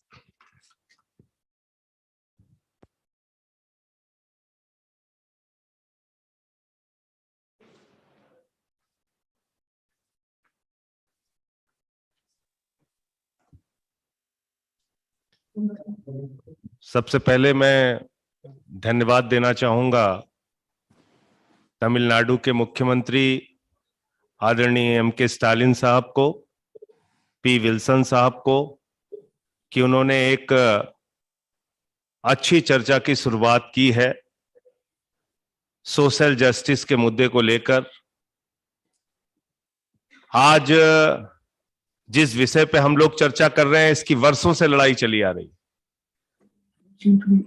एक व्यक्ति किसके घर में पैदा होगा ये उसके हाथ में नहीं होता। एक व्यक्ति किस जाति में पैदा होगा ये उसके हाथ में नहीं होता। जब वो बड़ा हो जाता है, समझदार हो जाता है, तो उसको बताया जाता है कि आप अछूत हो। जन्म के आधार पर भेदभाव की व्यवस्था का हम लोग विरोध करते हैं और सामाजिक न्याय का मूल सिद्धांत यही होना चाहिए। भारत का संविधान, बाबा साहब डॉक्टर भीमराव अंबेडकर ने जो संविधान इस देश को दिया, उस संविधान की मूल आत्मा क्या है, उसकी प्रस्तावना क्या है?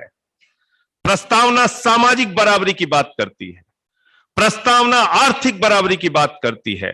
लेकिन आजादी के 75 साल के बाद भी अगर बुलंदशहर में CRPF के जवान को थाने में एप्लीकेशन देनी पड़ती है कि मैं दलित समाज से हूं, मुझे पुलिस प्रोटेक्शन दीजिए, तब मैं घोड़ी पर बैठ के जाऊंगा। इसका मतलब आज भी छुआछूत और भेदभाव की व्यवस्था है। अगर आजादी के 75 साल के बाद भी कर्नाटका के अंदर एक मेंबर ऑफ पार्लियामेंट को गांव में इसलिए घुसने नहीं दिया जाता उद्घाटन करने के लिए क्योंकि वो दलित कम्युनिटी से है, अगर आजादी के 75 साल के बाद भी हाथरस जैसा कांड होता है, अगर आजादी के 75 साल के बाद भी मध्य प्रदेश में एक दलित को शमशान में अंतिम संस्कार नहीं करने दिया जाता, इसका मतलब आज भी सामाजिक न्याय का मुद्दा जीवंत है। बराबरी चाहिए और गैर बराबरी के खिलाफ हमारी लड़ाई जारी रहेगी। आज lateral SC community lateral entry के जरिए भारत की सरकार बड़े बड़े पदों पर अपने चहेते लोगों को भर्ती करते जा रही है। यूनिवर्सिटीज के अंदर देश के सारे विश्वविद्यालयों में तमाम जगहों पर आरक्षण की व्यवस्था को खत्म किया जा रहा है और भारतीय जनता पार्टी की जो माताजी हैं, उनकी मां जो है आरएसएस, उसके प्रमुख मोहन भागवत जी बिहार के चुनाव में कहते हैं रिजर्वेशन पर रिव्यू होना चाहिए, रिजर्वेशन खत्म होना चाहिए। मैं आपसे कहना चाहता हूं, जब तक इस देश के अंदर गैर बराबरी की व्यवस्था है, आरक्षण के जरिए लोगों को न्याय की व्यवस्था चलनी चाहिए, तभी वो समाज में आगे बढ़ सकते हैं। डॉक्टर लोहिया ने कहा था, डॉक्टर राम मनोहर लोहिया ने कहा था, एक व्यक्ति 0 पॉइंट पे खड़ा है, एक व्यक्ति 20 किलोमीटर आगे खड़ा है, दोनों में प्रतियोगिता नहीं कराई जा सकती। अगर आपको बराबरी की लड़ाई करानी है तो जो 0 पर खड़ा है उसको आगे लेकर आइए और तब प्रतियोगिता कराइए। और इसके लिए रिजर्वेशन का जो सिद्धांत है वो विशेष अवसर का सिद्धांत है, जो समाज के पिछड़े हुए, शोषित, वंचित लोगों को मिलना ही चाहिए। तो मैं ये कहना चाहता हूं कि जिस तरह से कास्ट सेंसस, जाति जनगणना से भाग रही है सरकार, ये क्यों भाग रहे हैं? क्योंकि इनकी जो मातृ संस्था है आरएसएस, वो चाहती है कि वर्ण व्यवस्था रहे समाज के अंदर, जाति के आधार पर भेदभाव रहे समाज के अंदर। वो चाहती है कि ये जो भेदभाव की व्यवस्था वर्षों से चली आ रही है, ये जीवित और जिंदा रहे। मैं आम आदमी पार्टी के तौर पे अरविंद केजरीवाल जी की ओर से ये कहना चाहता हूं कि हम इस जाति जनगणना के पक्ष में हैं और जातिगत जनगणना देश की सरकार को कराना चाहिए। पता तभी चलेगा किस जाति के कितने लोग हैं और तभी आप उनके साथ न्याय कर सकते हैं। अन्यथा खाली सबका साथ सबका विकास का नारा देके और कुछ लोगों को आप खरबोपति बनाते जाएं तो ये व्यवस्था चलने वाली नहीं है। आज देश की सारी संपत्ति आकाश में पूछो जहाज अडानी का, जमीन पे आ जाओ एयरपोर्ट अडानी का, समुद्र में चले जाओ सीपोर्ट अडानी का, पाताल में चले जाओ कोयला अडानी का, गैस अडानी का, आयरन ओर अडानी का, स्टील अडानी का, सीमेंट अडानी का। आज सारी की सारी संपत्ति आकाश से लेकर पाताल तक प्रधानमंत्री ने अडानी को दे दिया। 2.5 लाख करोड़ रुपए का कर्जा दिया, 86,000 करोड़ रुपए का कर्जा माफ किया। आप कहते हो सबका साथ सबका विकास? नहीं, सबका साथ सबका विकास नहीं है। विकास सिर्फ नरेंद्र मोदी जी के मित्रों का है, मित्रों का। और इस व्यवस्था को हमें बदलकर ऐसी व्यवस्था लानी पड़ेगी जिसमें आर्थिक भागीदारी भी हो, सामाजिक भागीदारी भी हो और नौकरियों में भी बराबर की भागीदारी हो, तभी ये देश आगे जब बढ़ पाएगा। मैं फिर से एक बार आप सबको बधाई देते हुए ये कास्ट सेंसस का जो मुद्दा है उसका समर्थन करते हुए आम आदमी पार्टी की ओर से, अरविंद केजरीवाल जी की ओर से आपको विश्वास दिलाना चाहता हूं कि इस लड़ाई को जब जब आप आगे बढ़ाएंगे, जहां कहीं भी हम लोगों को बुलाएंगे, सदन से लेके सड़क तक आपके साथ खड़े रहेंगे। बहुत बहुत शुक्रिया, बहुत बहुत धन्यवाद। Thank you, sir. I now invite Honorable Mr. Farooq Abdullah, Member of Parliament and President of the Jammu and Kashmir National Conference, to deliver the special address. Thank you, Mr. Stalin, for this meeting, and to all the other leaders that have joined in this movement for India to grow for all. Those who have been deprived for years need to be brought out of that poverty and have to be given better life. That is what India should be for everyone. And for that, we must unite. And unless we unite and we form a central government, many of these things will not be possible. Anyway, we will try in our states to see where the states are being ruled by people other than the party that is in Delhi. Maybe they will be able to implement some of these things that Mr. Stalin has been able to do in Tamil Nadu. He has done a wonderful work. He has continued the legacy of Periyar and his father. And I'm sure this movement will continue in the rest of the nation. No doubt, many speakers before me have put before you the condition that OBCs face, the Adivasis face, the downtrodden face. But let us not forget that even in Brahmins, there are people who are still downtrodden. I have seen that myself. So if we want to build a future of India, a India which will really shine, now let's think of all, irrespective of what their religion is, what their caste is, what their creed is, to where they belong, what their language is.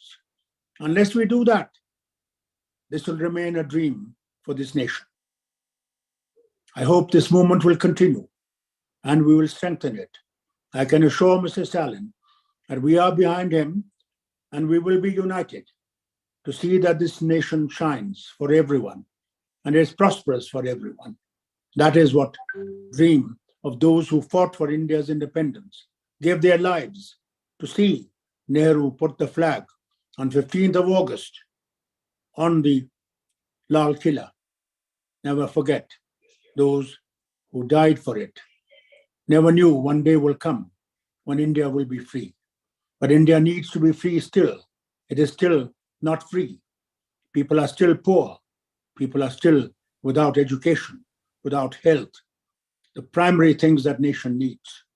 And therefore, I hope to God and I pray on this holy month of Ramadan that may He help us all to get out of this tragedy that we are facing today in our nation. My best wishes to all the leaders that are going to come and speak after me. And I hope that we see a shining India before I sleep. I hope that day comes and we can all together look at India as a nation that can be a beacon of light for the rest of the world.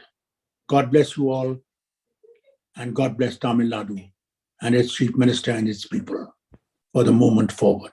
Thank you. Thank you, sir. I now invite Honorable Mr. Sitaram Yechuri, former Member of Parliament and General Secretary of the Communist Party of India, Marxist, to deliver his special address.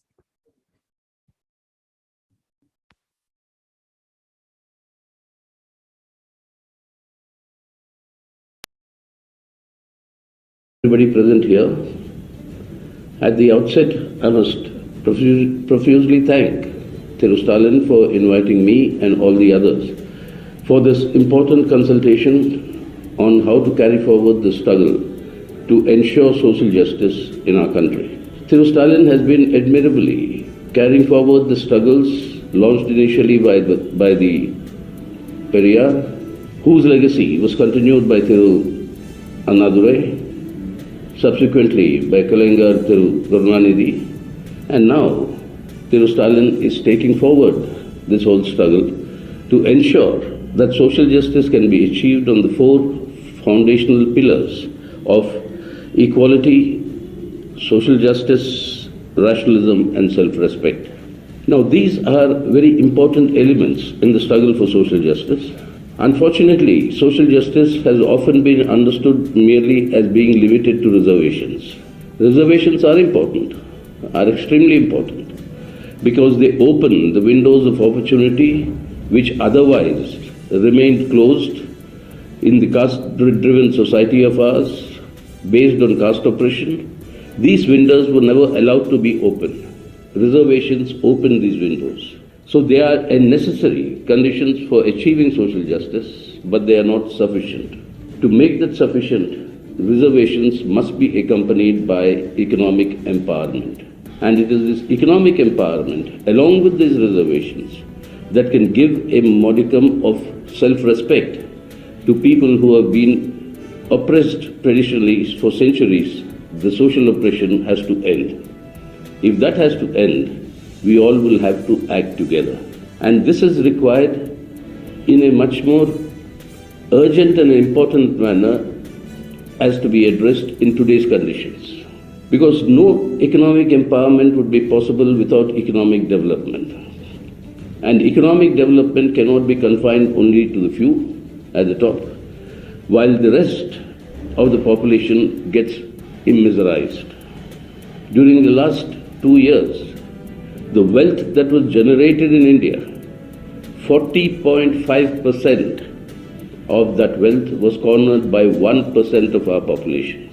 The bottom 50% of our population had just access to 3% of that wealth. Now, this is a state of affairs in which economic empowerment to ensure social justice is achieved, it would not be possible.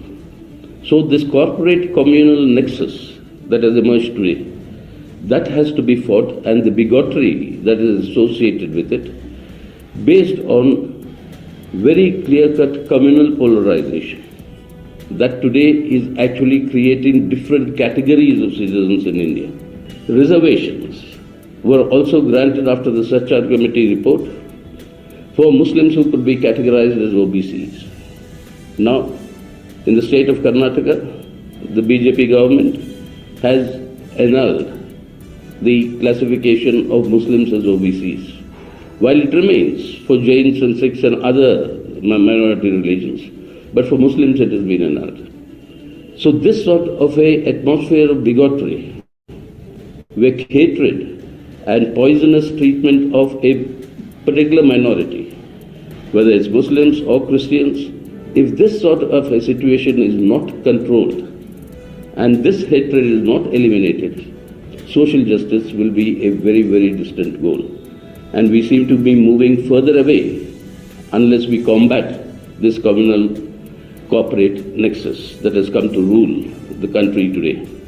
And in that connection, it is important that all of us who are assembled here must come together to ensure that the foundational pillars of India's constitution, these foundational pillars, that is secular democracy, economic sovereignty, social justice and federalism, are protected, safeguarded and strengthened in the days to come. Therefore, this is a very important initiative undertaken by Stalin and the DMK, and to implement this at the national level, given the plurality in our country, the diversities in our country, it is necessary that in every region and state the peculiar conditions must be properly studied, so that for this common objective of advancing the cause of social justice, we can all unite properly. And that is why today, self-respect is one of the major issues involved. Just a couple of days ago, we observed the Vaikam Satyagraha, the historic Vaikam Satyagraha entering its 100th year. A Satyagraha that was saw the participation of Mahatma Gandhi, which saw the Periyar going to Kerala, going to Vaikam, which saw Sri Narayan Guru participating in that Satyagraha. And after more than 600 days of the Satyagraha, finally, the first step of winning the battle for social justice was undertaken in the country. So therefore, today we must carry forward that struggle. We have moved forward, but we have to move much more ahead. And to carry forward that struggle, I think all of us will have to come together to ensure the Indian Constitution and democracy are preserved, and on that basis, the struggle for social justice advances.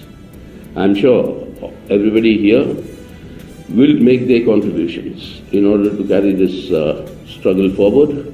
And I wish Stalin and the DMK to take this initiative even further and to strengthen this movement for social justice by combating the communal corporate nexus and ending bigotry in our country so that we all can live as human beings first and then with our different labels of our religion, of our caste, whatever the other labels are, identities are, but we are first above all human beings.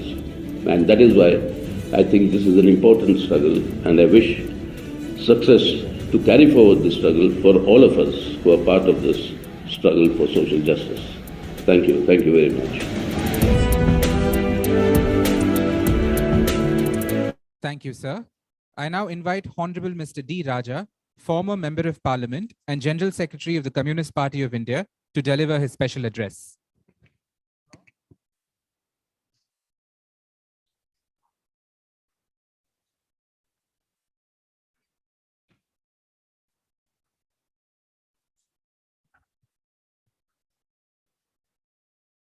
Honorable Chief Minister of Tamil Nadu,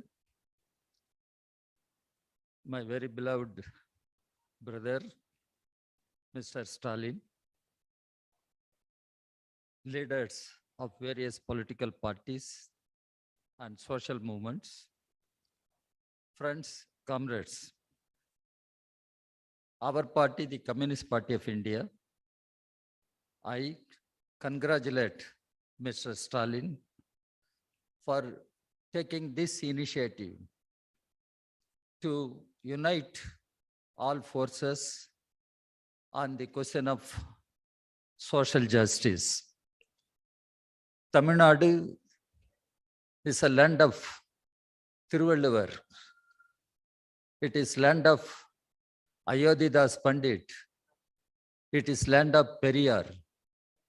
It is land of communist leader Singaravelu. It is land of our great Anna Kalaignar. And they all fought for social justice. They all fought for self-respect of our people in Tamil Nadu. And now Mr. Stalin has been carrying forward that legacy. I wish him all success. It so happened Periyar and Ambedkar had a great relationship.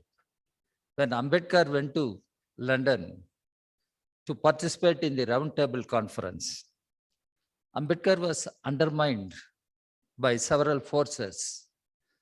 At that point of time, it was Periyar who came out openly supporting Ambedkar, and he wrote series of articles in Kudiyarasu.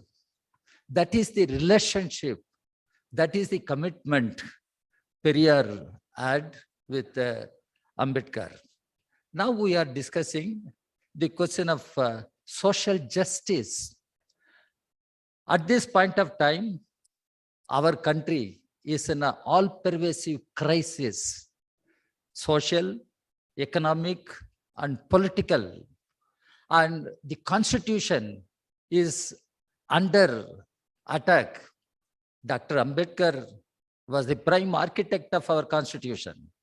Our Constitution makes it clear Indian state should be a secular state. Indian state should be a welfare state. Indian state should be a federal state. But what is happening today? The forces of communal fascism, the forces of right reaction are taking all efforts, steps to impose a monolithic, illiberal, medieval, socio-political order on our people, which is to perpetuate the caste system, the inequality. Again, our Constitution makes it clear. Justice, social, political, and economic. The Constitution makes it clear. Liberty, equality, and fraternity. They constitute a trinity, and you cannot separate one from other. But this Constitution is being attacked And there are efforts to throw out this constitution. In such a situation, what is social justice? What is social justice? And here we all should try to understand the fundamental challenges that we face today. The fundamental challenges in our battle for social justice are caste, class, and patriarchy. Dr. Ambedkar made it clear. Caste is a monster. Wherever you go, that monster crosses your way. Unless you kill that monster, you cannot think of any political reform or economic reform. That is the situation in our country. That is the situation in our country. In such a situation, how we can work together? How we can work together to end the caste system, to work for annihilation of caste, and to end class exploitation, and to ensure gender equality. Then only we can strive for a classless, a casteless India, a society which I call a socialist society. But what is happening today in our country? The caste has become a big challenge. Here, reservation, everyone agrees. Reservation is not a poverty alleviation program. Reservation is not a poverty alleviation program. Reservation has been fought and introduced in order to uplift the socially, economically, educationally deprived sections of our people. They are Dalits, Adivasis, and OBCs.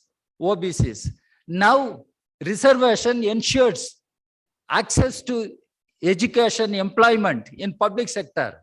Where is the public sector?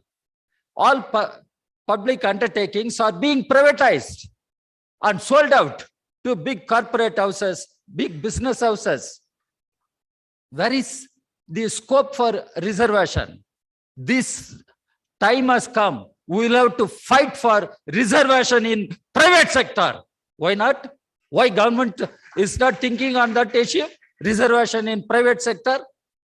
Because on one side, public sector is being dismantled and no reservation in private sector. How to overcome this problem? How to overcome this problem? Here, caste matters, but how to do it? I do not want to go to the history, what happened in 1931, the first census. But now, what is happening? In 1997, when the United Front government was there, when Comrade Indrajit Gupta, our communist leader, was Home Minister, a notification was issued by Welfare Ministry. That is to say, caste to be included as a category. After that, Mr. Vajpayee came to power. That notification has been cancelled. Now again, we are raising this issue. There should be caste census. Yes, there should be caste census as part of data. Earlier, socio-economic survey was done, but even that report was not made public. When we say caste census must be made, our party has supported. In Bihar, the state government has initiated. Our party is with the state government supporting this demand. And at national level, what we should do?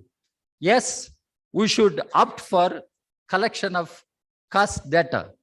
At the same time, I must draw your attention.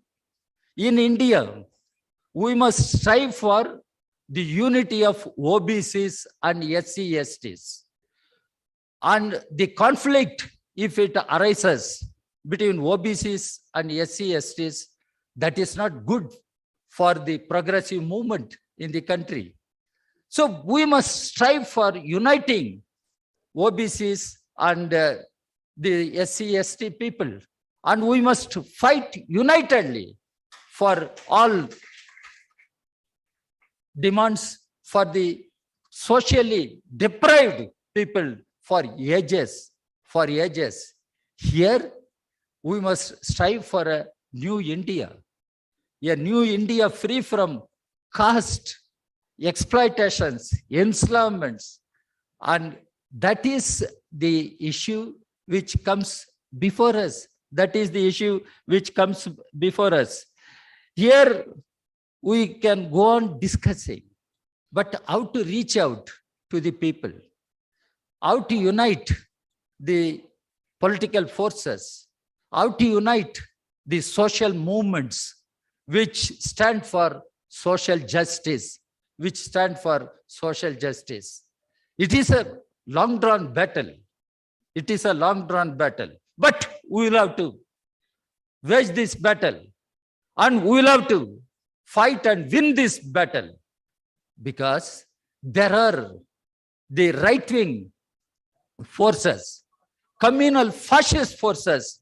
They think they can take the whole country for granted, political parties for granted.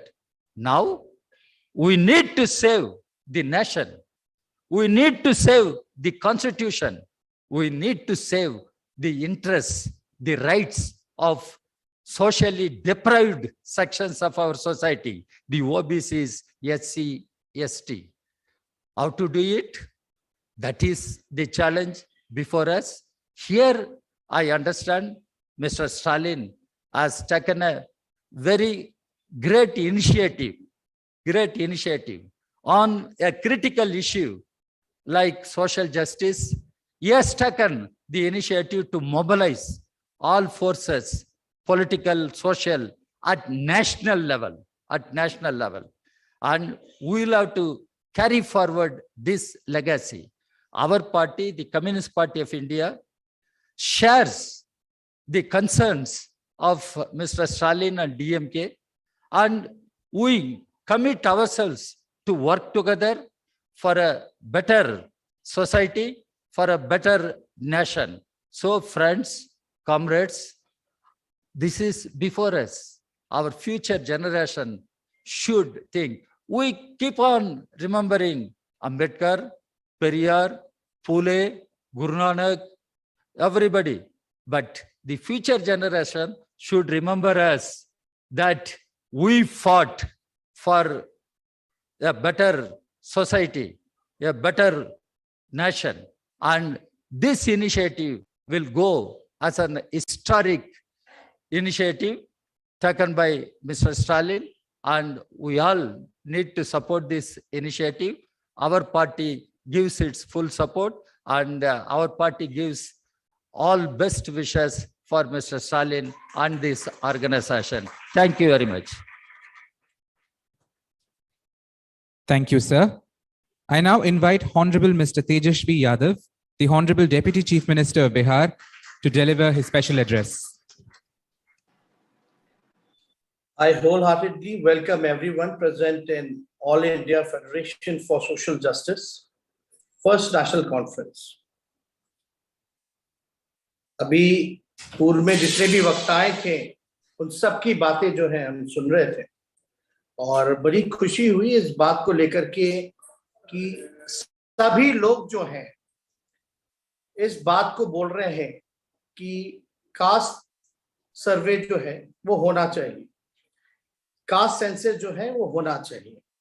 मैं आप सब लोगों को बता दूं कि जो हमारी महागठबंधन की सरकार है वो हम सब लोगों ने मिलकर के कास्ट बेस्ड सर्वे कराने का ऐलान किया, और इसकी शुरुआत जो है हो चुकी है, और इसकी लड़ाई हमारे पिता आदरणीय लालू जी ने हर मुकाम पे लड़ा है, सड़क से संसद तक इसकी लड़ाई लड़ी।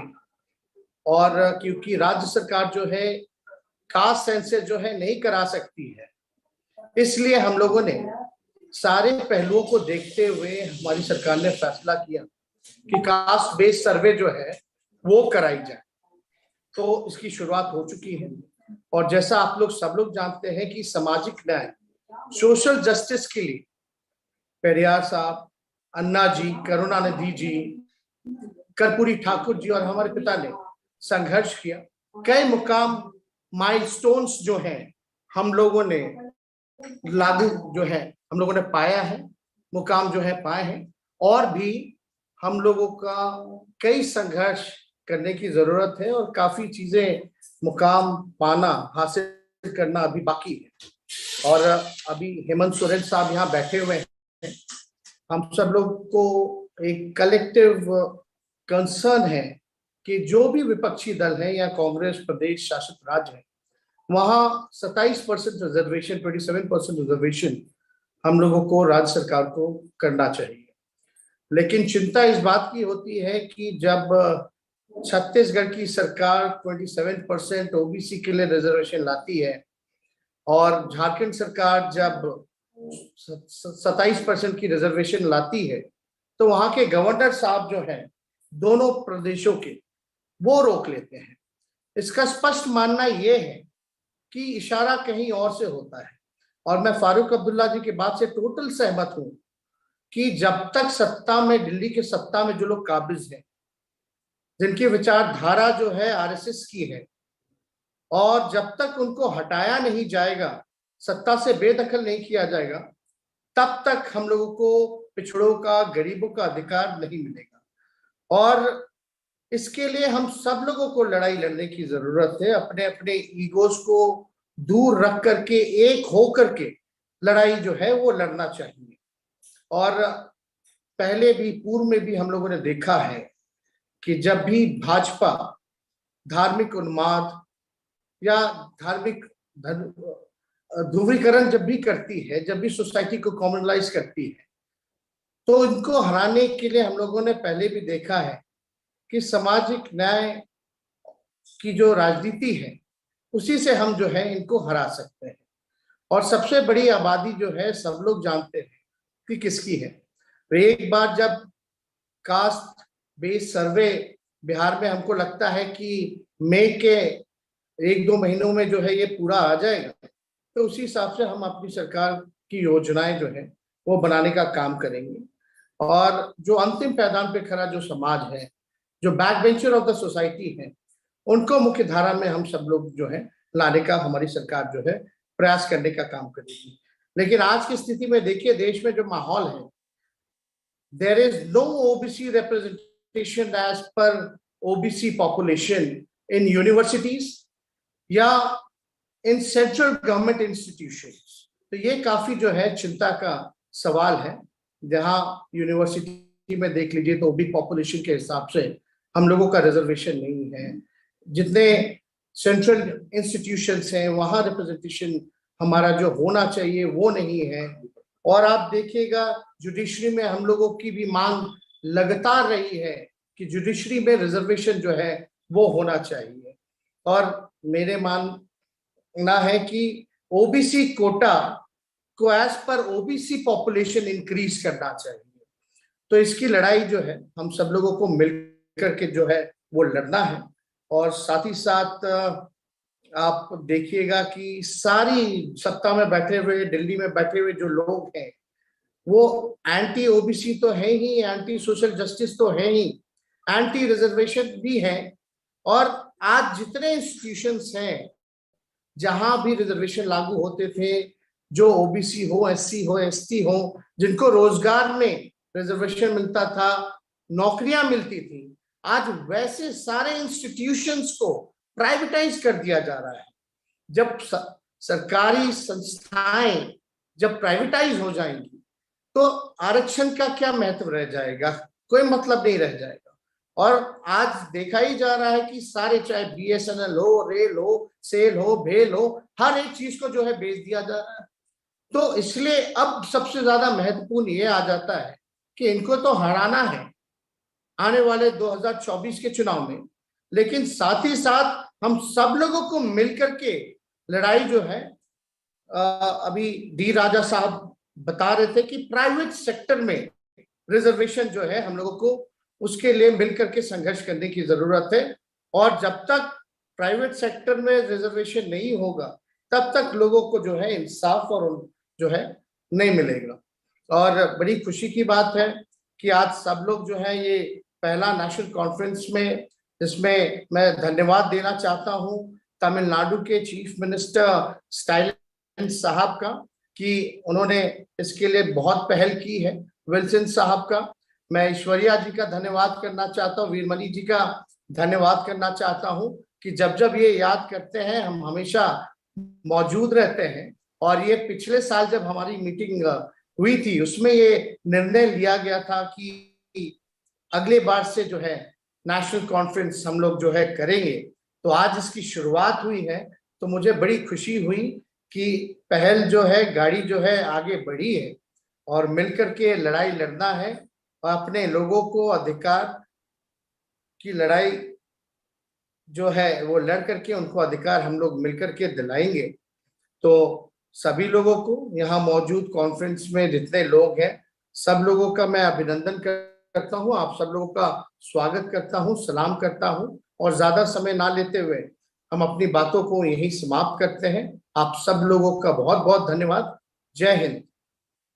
तेजस्वी जी, अगली कॉन्फ्रेंस आप पटना में कराइए। देश भर अरे आप कहीं भी चाहिए, हम तो तैयार हैं। अगली कॉन्फ्रेंस हम जरूर, आप लोग चाहेंगे तो हम पटना में ऑर्गेनाइज करा देंगे। लेकिन हम देखिए इतने प्रतिबद्ध हैं। लास्ट टाइम आप लोगों ने जब मीटिंग में हमको बुलाया था उस समय हम हनीमून पे थे दुबई में, और उस समय भी हम आपका जो मीटिंग कॉन्फ्रेंस जो है वो अटेंड किया। और मुझे खुशी है जब ये मीटिंग कर रहे तो हम पिता बन चुके। तो बहुत बहुत आप सब लोगों को धन्यवाद। जरूर हम अपनी मीटिंग जो है आप लोग चाहेंगे तो पटना में ऑर्गेनाइज कराएंगे। बहुत बहुत शुक्रिया।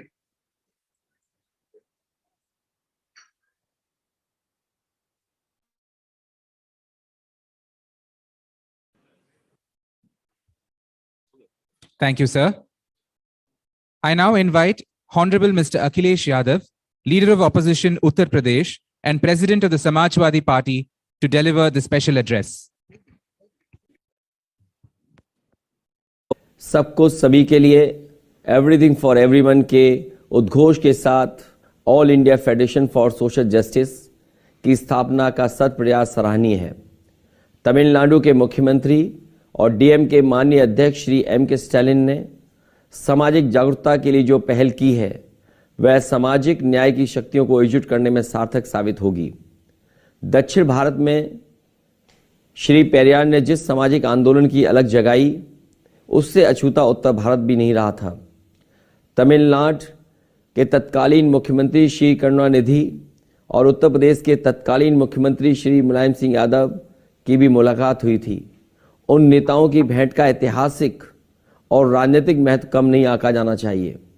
डॉक्टर राम मनोहर लोहिया ने जिस सामाजिक न्याय की अनिवार्यता पर बल दिया था, समाजवादी पार्टी की उसके प्रति अटूट प्रतिबद्धता रही है।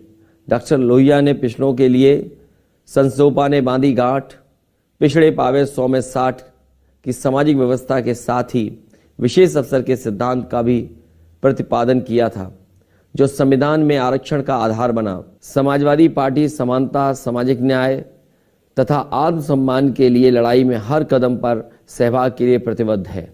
स्मरणीय है कि समाजवादी पार्टी ने पूर्व रक्षा मंत्री तथा पूर्व मुख्यमंत्री उत्तर प्रदेश नेताजी श्री मुलायम सिंह यादव के नेतृत्व में मंडल कमीशन की रिपोर्ट को लागू कराने के लिए लंबा आंदोलन चलाया था। हजारों समाजवादी कार्यकर्ताओं ने जेल यातनाएं सही, तब जाकर के मंडल कमीशन की रिपोर्ट लागू हो सकी। समाजवादी पार्टी सबके लिए हक और सम्मान चाहती है, इसलिए समाजवादी पार्टी का मानना है कि जब तक सामाजिक न्याय नहीं होगा तब तक न आर्थिक समानता आएगी और न ही सामाजिक गैरबराबरी का अंत होगा। समान अवसर और सम्मान के साथ सभी को जीने का अधिकार मिलना चाहिए। शोषण मुक्त समाज की स्थापना ही समाजवाद का ध्येय है। आज आवश्यकता है कि शोषणकारी व्यवस्था की समाप्ति और संपन्नता के प्रति के लिए सामाजिक न्याय की शक्तियां संगठित और सशक्त हों। इसके लिए परस्पर विमर्श, कार्यक्रम तथा संघर्ष का रास्ता ही बचता है। समाजवादी पार्टी माननीय मुख्यमंत्री श्री MK स्टालिन के नेतृत्व में all India federation for social justice की पहली बैठक की सफलता की कामना करती है।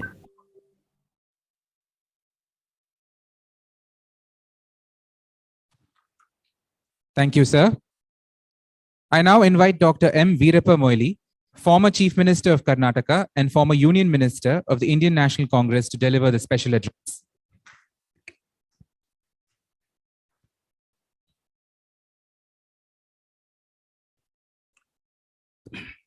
Friends,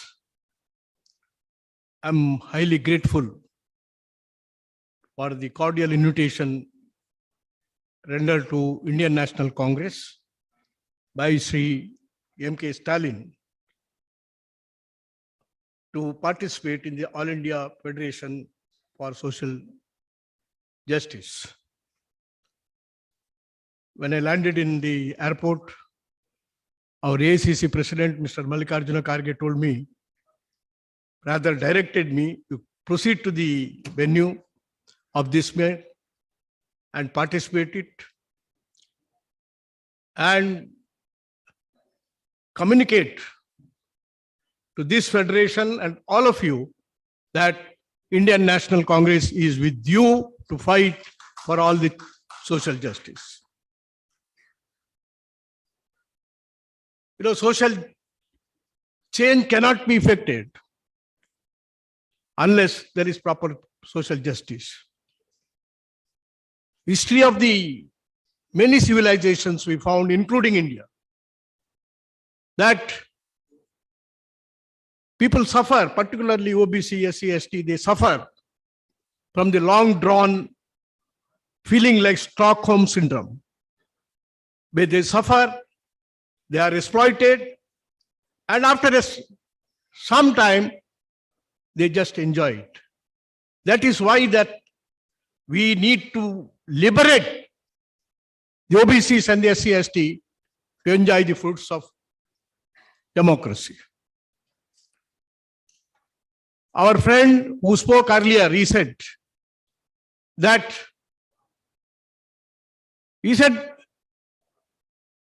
by the mere launching of the Constitution, we are not made India. Because India has to be made through the mandate given by the Constituent Assembly, headed by Dr. B.R. Ambedkar, to ensure that the benefits should accrue to this class of people. I can give one example.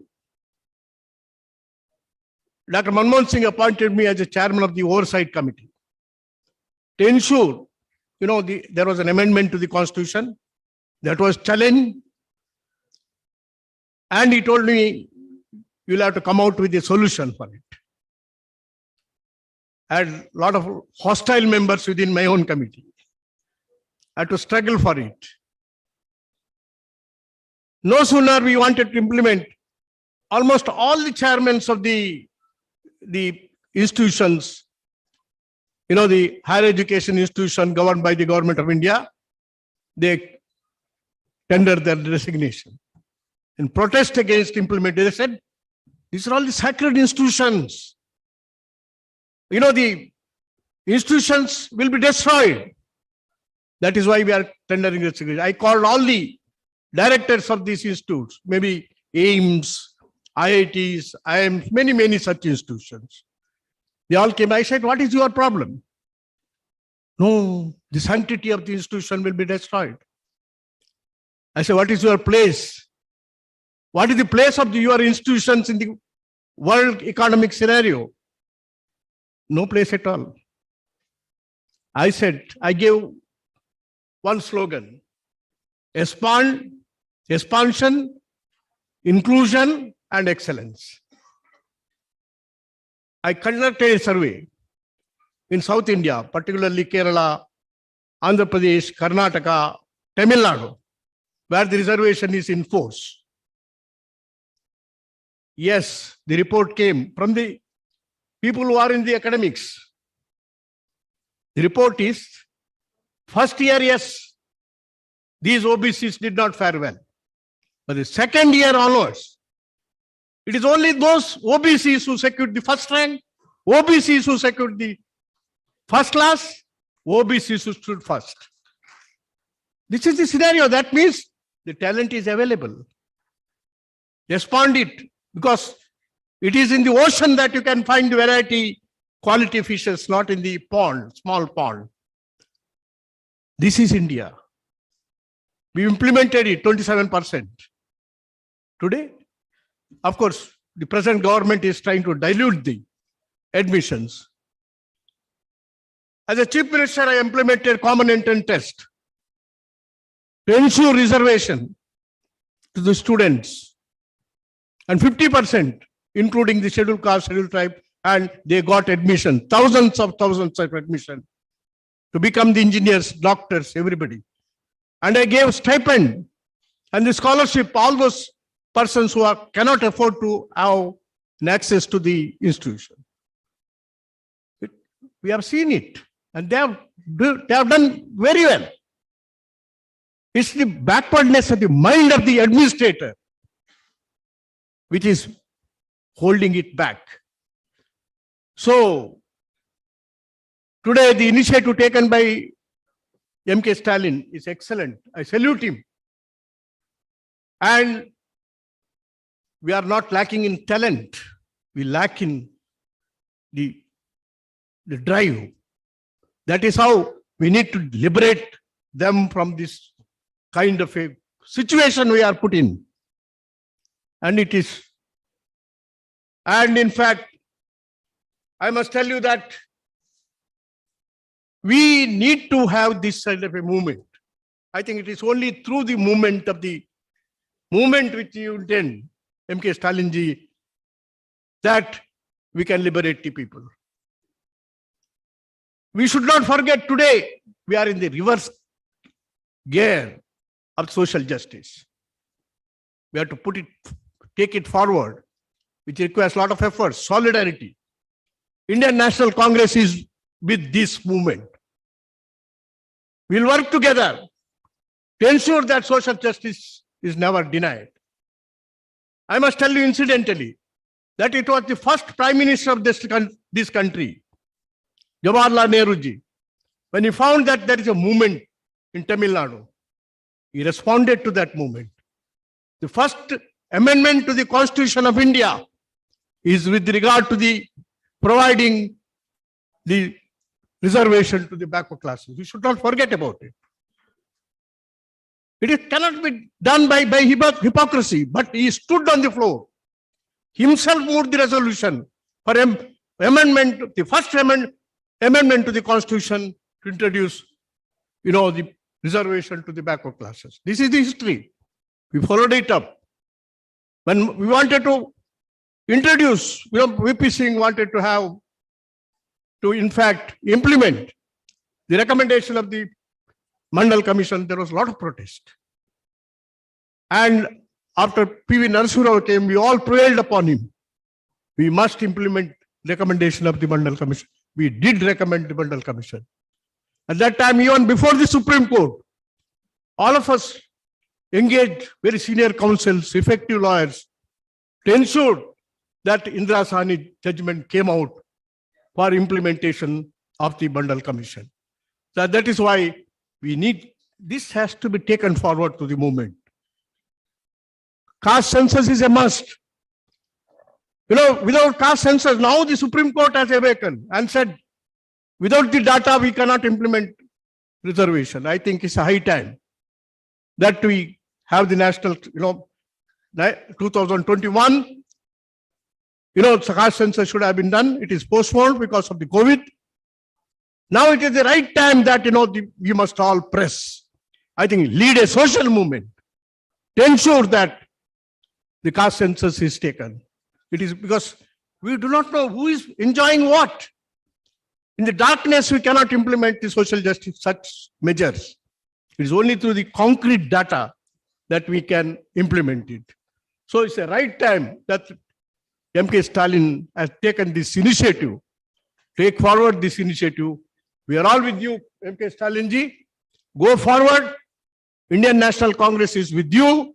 Wholeheartedly we support this move and we take forward this great struggle, historical struggle which you have initiated. We are with you, and we are with you in the letter and spirit. And in fact, we must show to the people that social capital, as many of you have read out the statistics, how the social capital is concentrating in few persons. Social capital should belong to the people of this country, and it is making the social capital, the expansion of the base of the social capital, then only this country's liberty can be protected, then only that awakening can help. We have a very bad legacy. Previous to independence, when we gained independence, our literacy rate was only 14%. That means to say, all these OBCs and SC/ST, they could not enter the Gurukulas, the temple premises where the schools are run. Britishers wanted to perpetuate that kind of a, philosophy of the society, and because they enjoyed it, because they are supported by them. I think the liberation has to take place. It is the education, number one. The education should, all kinds of education should reach out to every citizen of this country, particularly OBCs, SC/ST, so that they can liberate themselves. I think this is the struggle, this is the historic fight for which all of us join together, and each one should not take his own agenda. Let there be a wholesome agenda so that we'll succeed in this great historical struggle. Thank you very much. Thank you, sir. I now invite Honorable Mr. Ashok Gehlot, Chief Minister of Rajasthan, Indian National Congress, to deliver his special address. Respected MKStalin ji, Hemant Soren ji, Chief Minister Jharkhand, Kani Modi ji, Tejaswini Yadav ji, Deputy Chief Minister Bihar, respected Veerappa Moily ji, ex-Chief Minister Karnataka, D. Raja ji, Senior Leader CPI, Mr. Wilson ji, Member Parliament DMK. सबसे पहले मैं all India federation of social justice के organise करने पर मैं आपको बधाई देना चाहता हूँ। सामाजिक न्याय जो है सदियों से संघर्ष के लिए रहा है। SC/ST OBC आज भी संघर्ष कर रही है। डॉक्टर अंबेडकर साहब ने बनाया कॉन्स्टिट्यूशन और कांग्रेस आजादी के पहले और बाद में लगातार संविधान के निर्माण में भूमिका अदा करी। उसके बावजूद भी आज भी महसूस करते हैं कि किस प्रकार से भेदभाव होता है। बहुत बड़ी समस्या है, SC/ST के सामने भी है। हम बात तो करते हैं इक्वलिटी की, परंतु उसके बावजूद भी आज भी जो अनटचेबिलिटी है वो भी इनह्यूमन है। और OBC वाले हैं, उनकी भी कई समस्याएं पैदा होती है जगह जगह पर। डॉक्टर मनमोहन सिंह जी के वक्त में और सोनिया गांधी जी के वक्त में जो ये कानून बने थे अधिकार देने के, एक कदम आगे बढ़े थे, जिसमें नरेगा के साथ में RTE, RTI, food security act बने थे। अभी मैंने आपको जान के खुशी होगी, प्रधानमंत्री मिस्टर नरेंद्र मोदी को मैंने पत्र लिखा है कि आपको एक कानून पूरे देश में लागू हो सोशल सिक्योरिटी का, पार्लियामेंट के अंदर बनना चाहिए। मैं उम्मीद करता हूँ कि आप सब इस पर दबाव डालेंगे केंद्र सरकार पर, जिससे कि सोशल सिक्योरिटी के लिए भी हमेशा के लिए, जैसे दुनिया के मुल्कों के अंदर है, कई राष्ट्र जो है वो सोशल सिक्योरिटी के अंतर्गत परिवारों को जितनी जरूरत होती है उसके अकॉर्डिंग टू उनको वीकली पैसा मिलता है। हमारे यहाँ पर डिफरेंट स्टेट डिफरेंट धनराशि जो देते हैं हम लोग, ओल्ड लोगों को भी, विडोज को भी और डिसेबल्ड को भी। तो कानून बन जाएगा तो सबको अधिकार मिल जाएगा सोशल सिक्योरिटी का। तो मैं समझता हूँ कि इसकी असर बड़ी आवश्यकता है। और जहां तक सवाल है कास्ट बेस्ड सर्वे का, 1931 में जो सर्वे हुआ था लास्ट सेंसस के रूप में, उसके बाद में कभी हुआ नहीं है। बिहार ने जो शुरू किया वो सर्वे है, सेंसस नहीं है। सेंसस जब हम जानते हैं कि सेंट्रल गवर्नमेंट ही कर सकती है, तो तमाम चीफ मिनिस्टर साहबान को मैं रिक्वेस्ट करूंगा कि हमें जवाब देना चाहिए केंद्र सरकार पर। अभी कांग्रेस के अधिवेशन जो हुआ था रायपुर में, उसमें जो रिजोल्यूशन किया गया उसके अंदर भी ये मांग की गई है कि हमें कास्ट बेस्ड सेंसस कराना चाहिए केंद्र सरकार को। तो मैं उम्मीद करता हूं कि वक्त आ गया कि इसमें हम लोग कामयाब होंगे। और सोशल सिक्योरिटी के लिए हमने कुछ कदम उठाए हैं, कंपल्सरी FIR का भी। आप जानते हैं कि गरीबों की सुनवाई नहीं होती है पुलिस स्टेशन पे भी, SC ST OBC लोगों की विशेष रूप से। हमने यहाँ पर FIR को कंपल्सरी किया है पुलिस स्टेशन के अंदर, उसका बड़ा इम्पैक्ट पड़ा। 156(3) में जो केसेस आते थे कोर्ट से, उसकी संख्या बहुत कम हो गई और तफ्तीश इन्वेस्टिगेशन का टाइम बहुत कम हो गया। SC ST OBC को काफी हद तक न्याय मिलने लगा है। मैंने जो मिनिस्ट्री फॉर्म की है राजस्थान के अंदर, उसमें भी 18 लोग जो हैं वो out of 30, 18 SC ST OBC के हैं और 2 माइनॉरिटी के हैं। इस प्रकार से हमारा प्रयास है किस प्रकार से हम लोग माइनॉरिटी के साथ साथ में SC ST OBC को भी हम लोग किस प्रकार स्ट्रेंथन कर सकते हैं। सबका ध्येय एक ही है कि किस प्रकार से हम सोशल जस्टिस का जो आपने ये जो स्लोगन दिया है, all India federation of social science के गठन करके एक शुरुआत की है, उसके लिए आप बधाई के पात्र हैं। और मैं उम्मीद करता हूं कि आने वाले वक्त में ये जो नई शुरुआत हुई है, ये पूरे देश के अंदर हर प्रदेश में भी, हर जिले में भी एक मैसेज आएगा। और मिस्टर स्टालिन का इस कदम को उठाना एक मायने रखता है देश के लिए। मैं समझता हूं कि हमारी कांग्रेस पार्टी भी, अन्य पार्टी मिलकर के सोशल जस्टिस कैसे मिले हर व्यक्ति को, जो सपना डॉक्टर अम्बेडकर का भी था, कई नेताओं का भी था, कई महापुरुषों का भी था देश के अंदर, चाहे वो महाराष्ट्र के हो, तमिलनाडु के हों या देश के किसी भाग के हों, उन सबका सपना पूरा करने के लिए मिस्टर स्टालिन, आपको मैं बहुत बहुत बधाई देना चाहता हूं। और उम्मीद करता हूं कि आपका जो ये पहल किया आपने, उसमें आपको सबका सहयोग मिलेगा। इस काम को हम लोग और मजबूती से आगे बढ़ा पाएंगे। धन्यवाद आपका, बहुत बहुत धन्यवाद।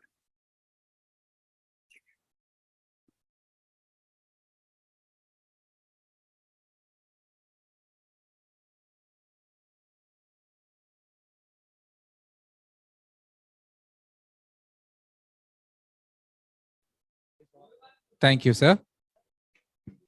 I now invite Honorable Mr. Zol Tirumavalavan, Member of Parliament, Tamil Nadu, and President of the Vidudalai Sirutaigal Katchi, to deliver his special address.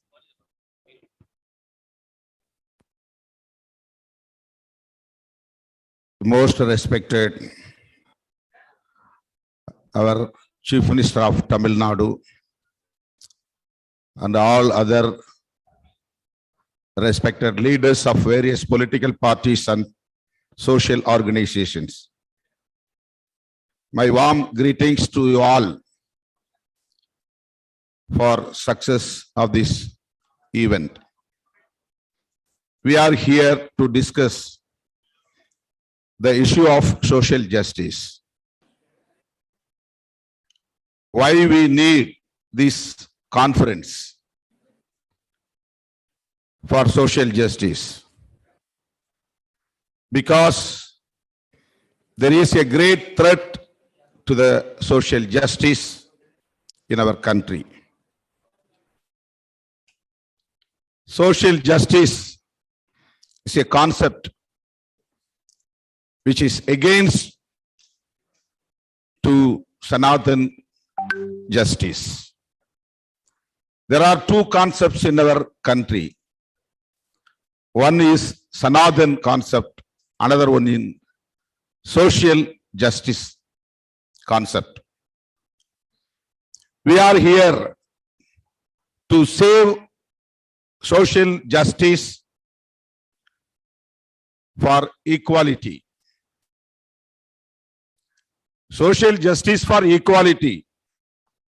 Sanathan justice for inequalities. So we have to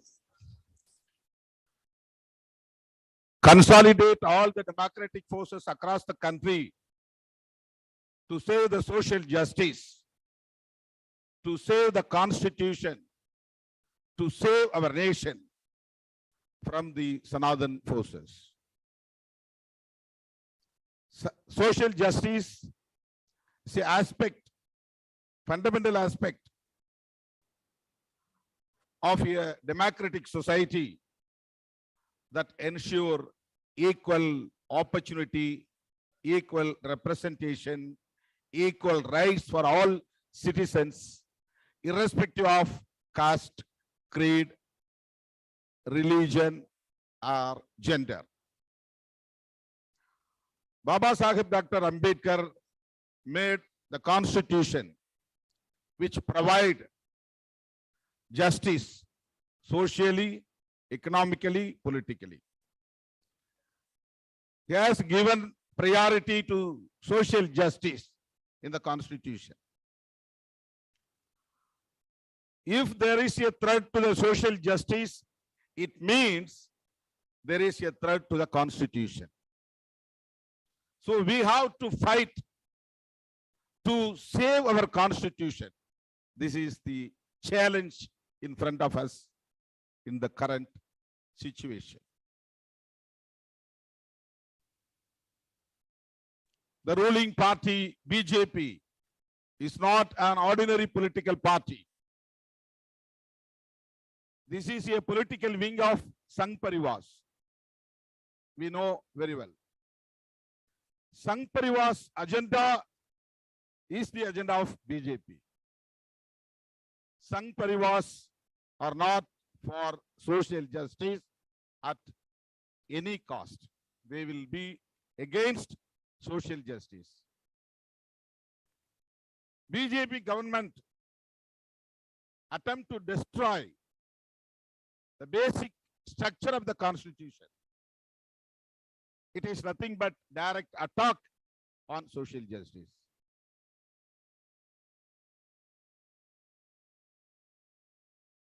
So we have to fight against these Sanathan forces to save our constitution.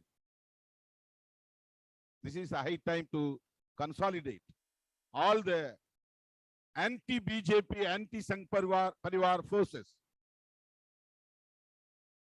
I wholeheartedly congratulate our Honorable Chief Minister of Tamil Nadu, who has taken this great initiative to consolidate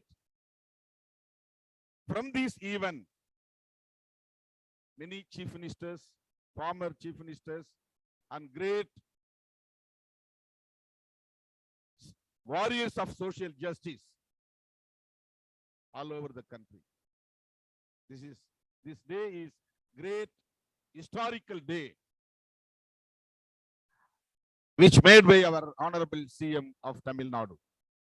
Therefore, on behalf of our party VCK, Vidudalai Chiruthaikal Katchi, we propose the following measures to ensure social justice in our country. Firstly, we must demand an increase in the reservation for OBCs, including religious minorities, scheduled castes and scheduled tribes. After the EWS judgment of the Supreme Court, there is no obstacle to do so. Secondly, due to the false economic policy and privatization of BJP government, now most of the public sectors were dismantled. It is the private sector which provided employments to OBCs, minorities, and scheduled castes and scheduled tribes. Since there is no scope for employment in the public sector, reservation should be expanded to the private sectors. Our National General Secretary of CPI, Anand D. Raja, emphasized this demand, this issue. So on behalf of VCK, I would like to emphasize this issue. We should bring this issue as one of the top priority.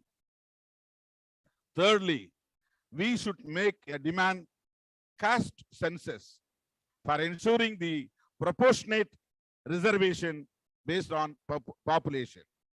And lastly, since Sanatana ideology is against women, we must intensify our fight for women's reservation. It will be the completeness of social justice.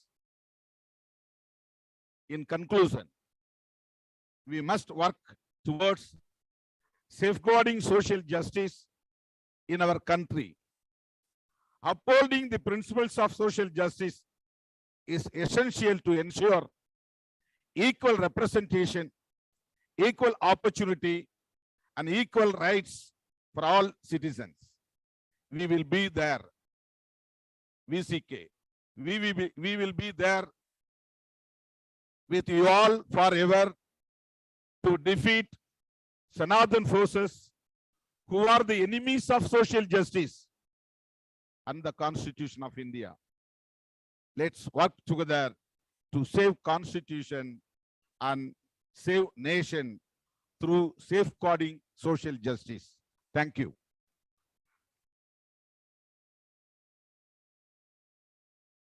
Thank you, sir.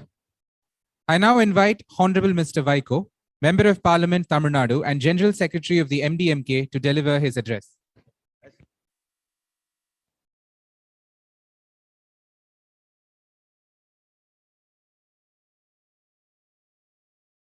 Great privilege to participate in the discussion, physical and virtual discussion of All India Federation for Social Justice, which was launched by our Honorable Chief Minister, Dalapati Stalin, who is taking this state to the pinnacles of glory by his able administration and Dravida model governance. And I am so thankful to him and also to the convener, Mr. P. Wilson, advocate, and also a member of Parliament. The great leaders of the Dravidian movement, Dr. Nadesanar, P.T. Tyagarayan, and Thoravat Madhavan Nair, and then the great champion of social justice, Thandai Periyar, his ardent disciple and the legendary leader of Arinyar Anna, his follower and heir, Muttamil Arinyar, Dr. Kalaiñar. All these leaders have laid the foundation stone for a society to eradicate the inequalities, casteism, and superstition, and by establishing an order comprising equality, social justice, rationalism, and free speech. Mr. Stalin declared that everything for everyone. This concept was there in Sangam literature 2000 years ago. Yadum ure yavarum kelir. Every home is my home and everybody is my kith and kin. Dr. Kalaiñar adopted a resolution when VP Singh lost his crown by implementing Mandal Commission, and also he innovated a new scheme, Samatvapuram, where persons belonging to all castes come and live together, sharing the common hall, community hall, common well, even common burial ground. And then Mr. Stalin removed the thorn. It was in the heart of Thandai Periyar, declaring that all persons consisting of all castes could be made archakas, priests in the temple. So, federation was established during the 74th Republic Day celebrations by the declaration of our Chief Minister, who is taking the torch towards social justice. Social justice is the concept of Dravidian movement. Social justice means DMK. DMK means social justice. Now we have to be very careful. There are divisive forces trying their ugly heads with venom to undo the achievements of social justice. Let us march together, shoulder to shoulder, to fight against these ugly groups, and it is our duty to go together and to establish social justice. This federation will do this. Definitely it will be a success.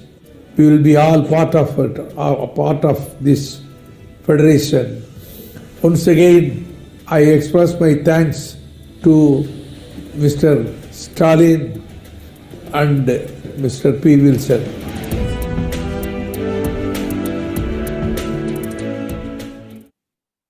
Thank you, sir. I now invite Asiriyar Dr. K. Veeramani, President of the Dravidar Kazhagam, Tamil Nadu, to deliver the special address.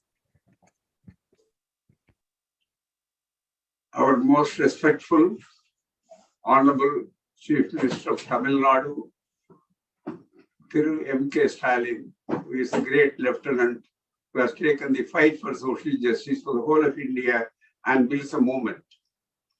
Our dear dignitaries and leaders, brothers and sisters, please accept the hearty greetings from the land of social justice, land of Periyar, the land of First Amendment of the Constitution, the land of 76th Amendment of the Constitution, the land which is responsible for the 93rd Amendment of the Constitution.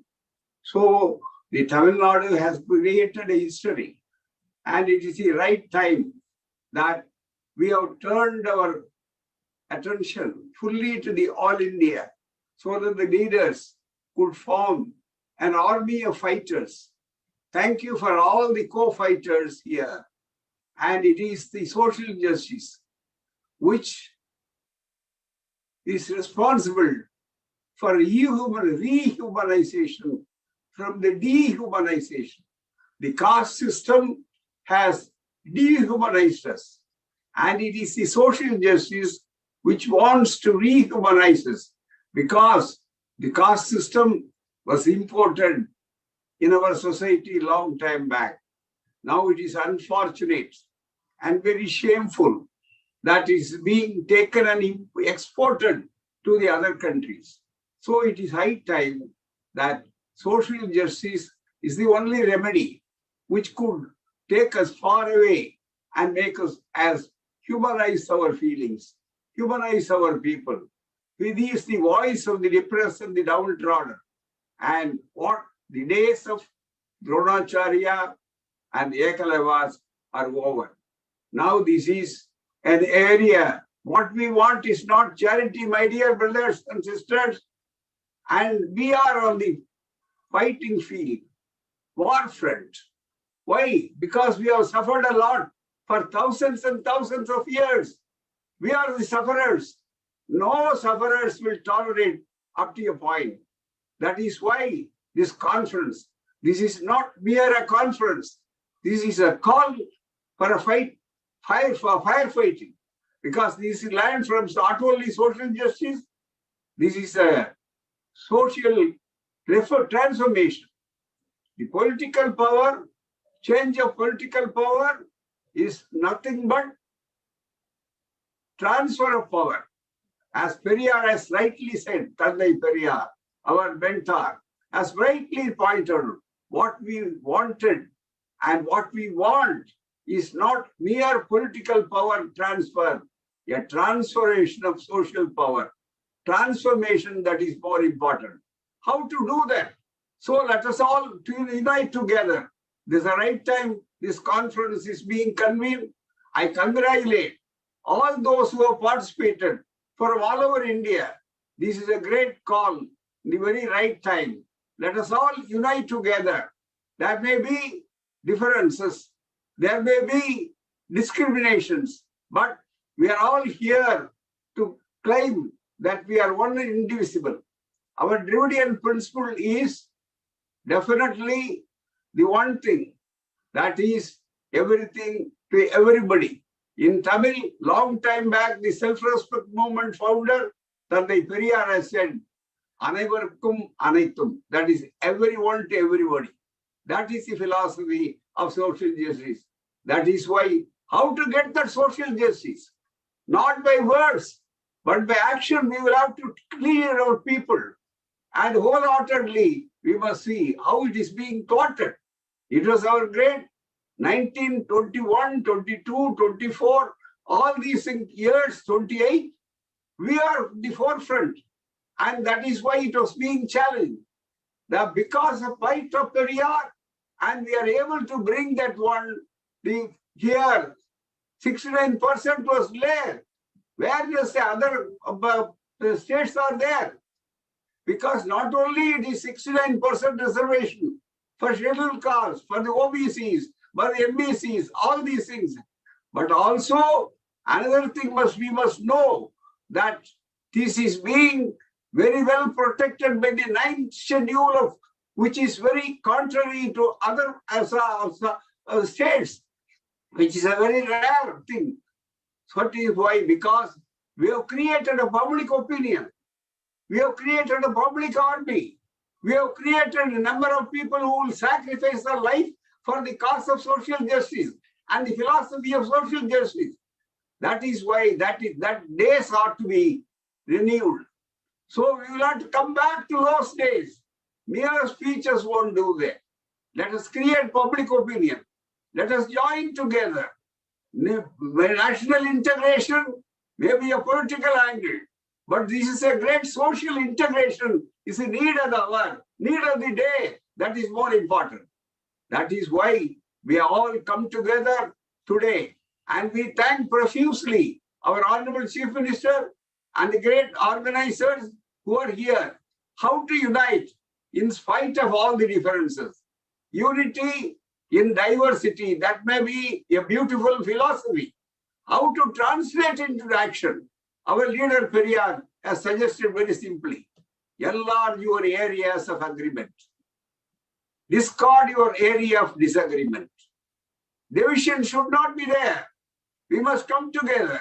We must come, because the social justice and secularism are the two planks, two things that is very important. For that, self-respect is much more to be a rare thing. Only rationality and self-respect distinguishes human beings from animals. That is why social justice is the only thing we could always think of the remedy.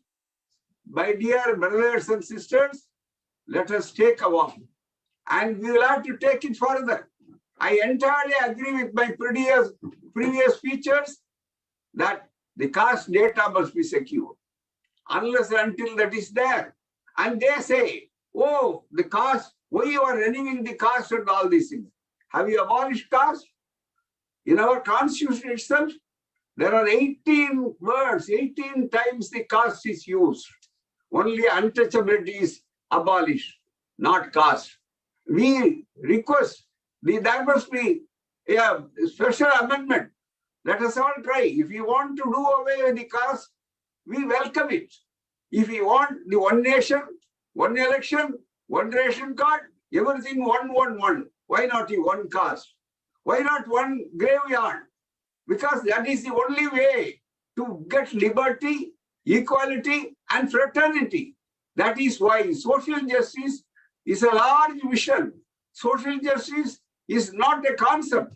It is a way of life. It is the only thing which could deliver us from the great deliverance, from the great differences, from the oppressed community. So let us all fight together. Let us join together, and our leader is there to lead us. This is a great army of firefighters. This is an army of great unity. This is an army of great social integration. Let us take the flag, and we might have won the battles or lost the battles. The war is yet to be won. This is there. The war front lieutenant is there. I am always congratulate you because he is the exemplary chief minister of the whole Dravidian model.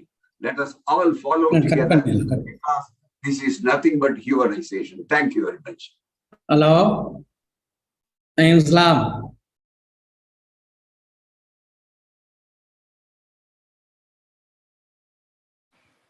Thank you, sir. I now invite Honorable Mr. Hemant Soren, Chief Minister of Jharkhand and the Executive President of the Jharkhand Mukti Morcha, to address the gathering.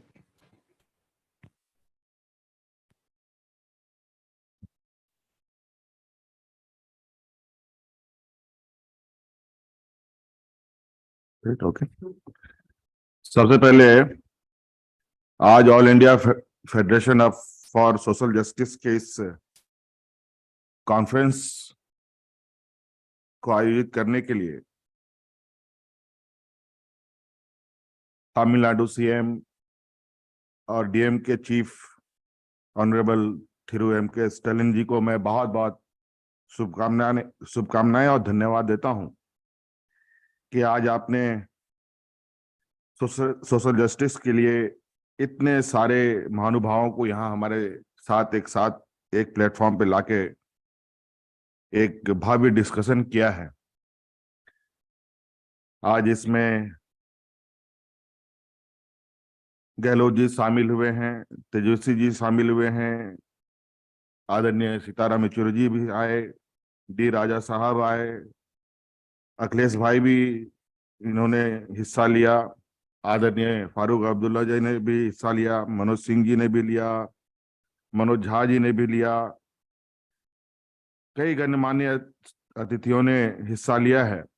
कुछ बातें उनकी भी हमने सुनी। आज social justice को लेकर इन सभी को आज इस कॉन्फ्रेंस में शामिल होने के लिए मैं अपनी ओर से पहले तो सबको वड़क्कम बोलता हूं, जोहार करता हूं, नमस्ते करता हूं, आदाब करता हूं। जब हम सोशल जस्टिस की बात करते हैं तो डेफिनेटली सीधे तौर पर ST, SC, OBC महिलाओं के संदर्भ में उनके हक अधिकारों की रक्षा को लेकर बातें उठती हैं।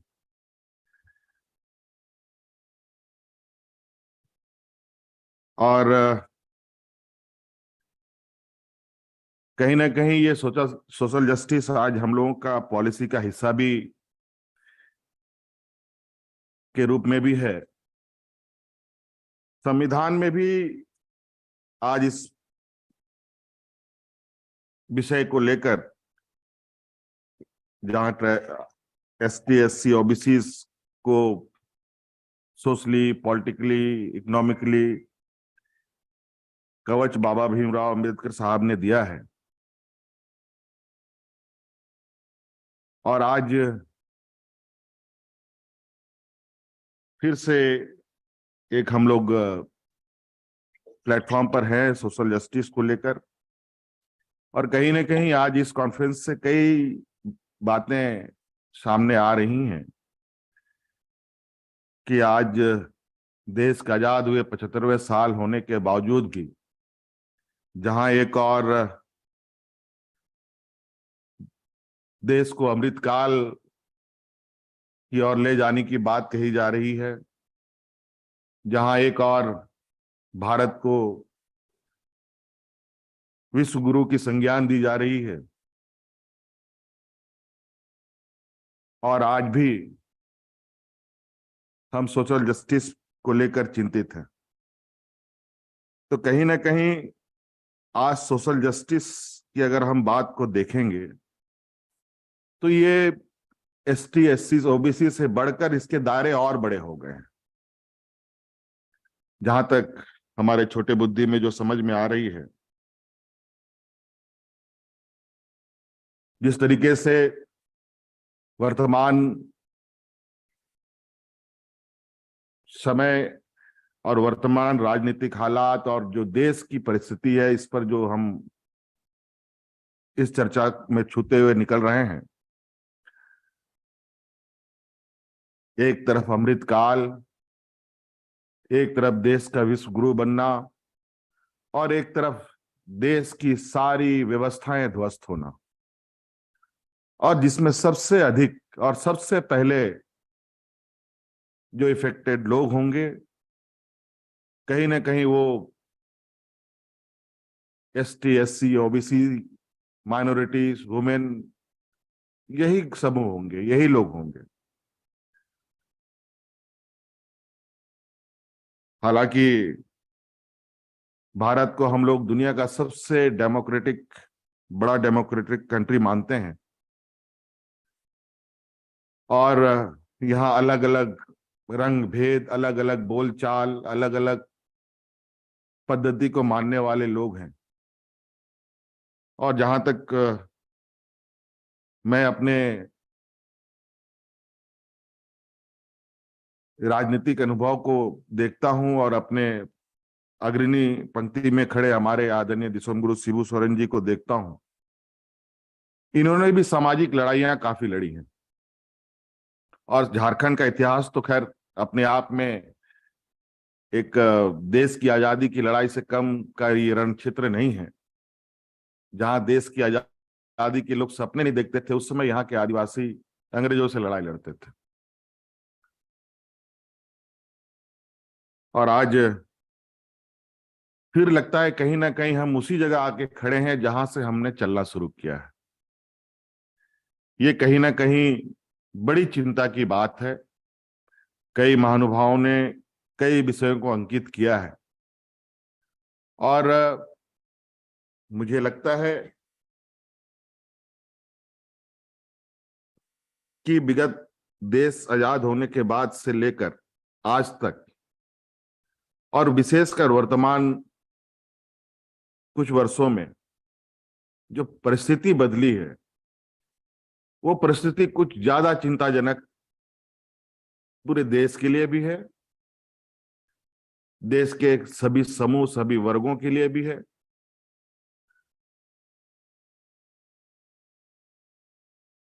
हम सब देख रहे हैं किस तरीके से देश की अर्थव्यवस्था चरमरा गई, किस तरीके से यहाँ के किसान, मजदूर और पढ़े लिखे नौजवान बेरोजगार हो रहे हैं, और किस तरीके से जो थोड़ी बहुत रोजगार उपलब्ध कराने वाली संस्थाएं हैं, उन सभी संस्थाओं को भी समाप्त किया जा रहा है।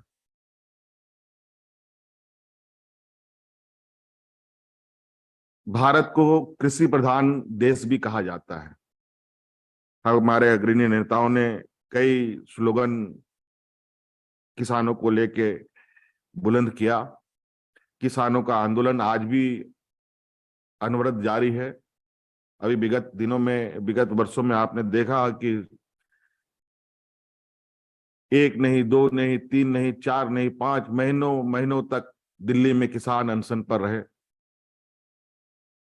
बदले में क्या मिला, ये हमारे सामने है। जहां देश का सबसे ज्यादा लोग एंगेज हैं, उस व्यवस्था को कहीं ना कहीं हम लोगों ने बिल्कुल किनारे छोड़ दिया है। उसे आज कहीं ना कहीं बहुत ज्यादा प्रभावित वर्तमान नीतियों की वजह से हो रही हैं। कई क्षेत्र हैं जहां पर आज हमें चर्चा करने की आवश्यकता है। आज आदरणीय स्टालिन साहब ने सोशल जस्टिस की बात को छेड़ा है।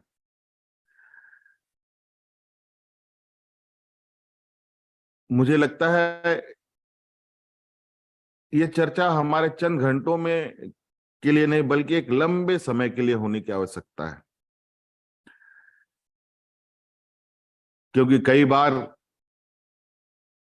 सोशल जस्टिस को लोग एकत्रित हुए, कई बार कुछ अच्छे परिणाम भी आए, कई बार कुछ चिंता करने वाला परिणाम भी आया, लेकिन वर्तमान परिस्थिति कुछ ज्यादा ही गंभीर और चिंता का सवालों को लेकर खड़ा है।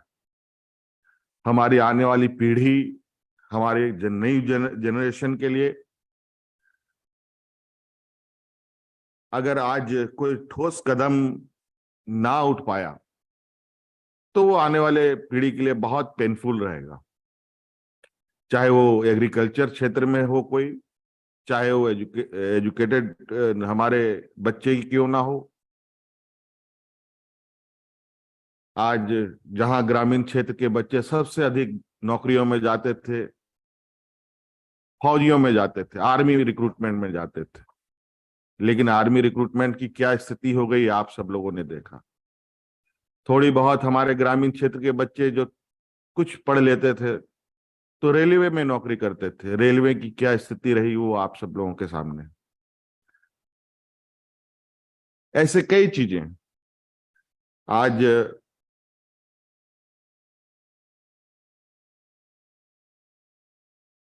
लोगों को पीडीएस के अनाज पर जीने के लिए मजबूर होना पड़ रहा है।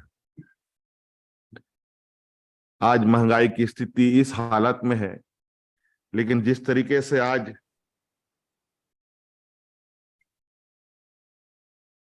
फूट डालो और राजनीति करो की एक परिपाटी स्थापित हो रही है, ये हम सब लोगों के लिए चिंता की बात है। और कहीं ना कहीं ये आग एक ऐसा संवेदनशीलता के साथ आगे बढ़ रहा है जो हमारे इस लोकतंत्र को एक ऐसे चौराहे पे लाके जाके खड़ा करेगा जहां हमें इस लोकतंत्र को बचाना बहुत मुश्किल होगा। हमारे पूर्वजों ने, हमारे अग्रणी नेताओं ने कई ऐसे महत्वपूर्ण कदम उठाए जिसकी वजह से हमारे इस लोकतंत्र को सबसे मजबूत लोकतंत्र भी कहा गया, क्योंकि यहाँ जिस तरीके से हम लोग का फेडरल सिस्टम एक दूसरे से कनेक्ट होकर चला, वो अब कहीं ना कहीं उसमें एक बहुत बड़ा हमला देखने को मिल रहा है। आपने एक कहावत तो सुनी है, वर्तमान परिस्थिति में शुरू जब वर्तमान सरकार देश में अपनी जड़ें जमा रहा था कि ना खाऊंगा ना खाने दूंगा, बट अभी क्या चल रहा है, ना मैं कोई काम करूंगा ना किसी को कोई काम करने दूंगा, सबको परेशान करूंगा। आज ये बड़ा विचित्र स्थिति है। आज ओबीसी की बातें आई, हमारे स्टेट में तो जो स्थिति है, हमारे स्टेट का जो जन्म हुआ है एक आंदोलन का, ये उपज का ये राज है। और दुर्भाग्य से जो हमारे विपक्ष है, इन्हीं को ये 20 सालों तक स्टेट को रन करने का मौका मिला और इन लोगों ने बड़े तरीके से जो ओबीसी आरक्षण जिसकी बात करते हैं, रिजर्वेशन की बात कर रहे हैं, बढ़ाने की बात कर रहे हैं। यहां ऑलरेडी ओबीसी रिजर्वेशन बढ़ी हुई थी, इन लोगों ने बड़ी होशियारी से उन ओबीसी रिजर्वेशन को खत्म कर दिया। अभी हमने तमिलनाडु की ही सोच के आधार पर हमने कुछ यहाँ के, चूंकि हमारा state ST SC OBC dominated state है, सो हमने यहां पर भी कुछ रूल्स में बदलाव करने के लिए इसको 9th शेड्यूल में ले जाने के लिए प्रपोजल बना करके केंद्र सरकार को भेजने का प्रयास किया, जहां ओबीसी के भी आरक्षण बढ़ने थे, जहां एसटी एससी के भी आरक्षण बढ़ने थे, जहां हमारे यहाँ के डोमिसाइल की उनकी भी एक आइडेंटिफिकेशन होने की बात थी। लेकिन समहाव महामहिम महोदय ने इसको आगे ना बढ़ाया और बल्कि उसको टर्न डाउन कर दिया। और इसके पहले भी अगर हम देखें, कर्नाटका में भी इसी तरीके से कुछ डिसीजंस लिए गए थे, जहां ओबीसी के आरक्षण को बढ़ाए गए और उसको केंद्र सरकार को भेजा गया। लेकिन हमारे राज्य में ऐसा नहीं हुआ। हमारे इस प्रपोजल को गवर्नर के द्वारा ही वापस कर दिया गया। तो कई ऐसी चीजें हैं जहां हमको लगता है कि पूरे जो लोकतांत्रिक व्यवस्था है हमारी, जो देश के अंदर, उसमें अलग अलग जगह, अलग अलग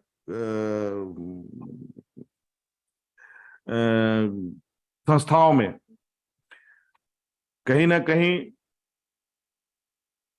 सोशल जस्टिस नहीं होना भी आज के दिन में इतनी बड़ी डिस्कशन को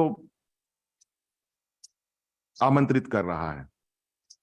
आज चाहे ब्यूरोक्रेसी में हो, चाहे वो जुडिशरी में हो, चाहे सेंट्रल गवर्नमेंट के जॉब्स में हो, चाहे पीएसयूज हो, एसटी, एससी, ओबीसी, माइनॉरिटीज की जो प्रेजेंसी है बिल्कुल नहीं के बराबर है। हालांकि संविधान में हमें इन समूहों को एक कवर्ड किया गया है, उनको रिजर्वेशन मिला है। बट जब रेलवे की कोई नौकरी ही नहीं निकलेगी, बैंकों में कोई नौकरी ही नहीं निकलेगी, फौजियों में कोई नौकरी ही नहीं निकलेंगी, तो ये एसटीएस, जबकि आपको ये बात हम सबको मालूम है कि अब संविधान बदलने की भी बात होती है। अब संविधान जब बदलने की बात होगी तो क्या बात उभर के आएगी ये तो आने वाला वक्त बताएगा। लेकिन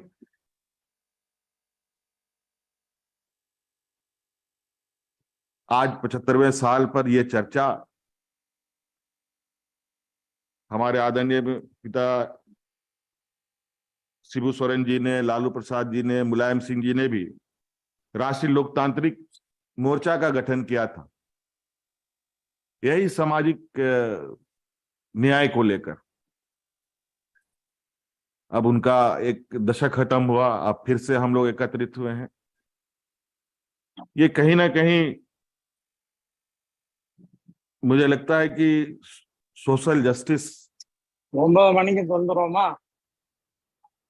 को लेकर हमें राजनीतिक लड़ाई भी लड़नी पड़ेगी, कानूनी लड़ाई लड़नी पड़ेगी, और लोगों तक इस विषय को पहुंचाने की भी आवश्यकता है। नहीं तो जिस तरीके से दूसरी ओर एक सामाजिक द्वेष और सामाजिक समरसता निरंतर टूटता दिख रहा है, और इसमें जिस तरीके से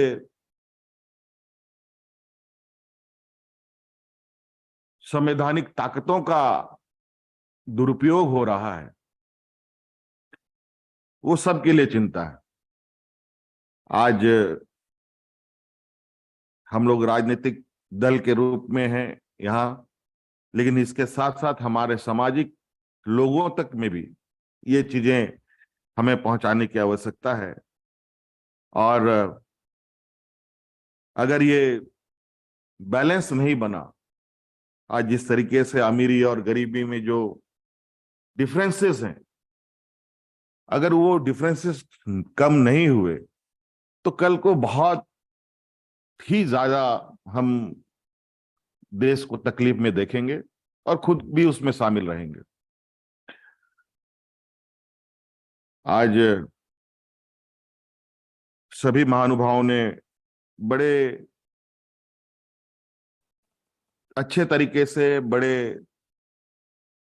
महत्वपूर्ण बिंदुओं को भी टच किया है, काफी एग्रेसिवली भी टच किया है।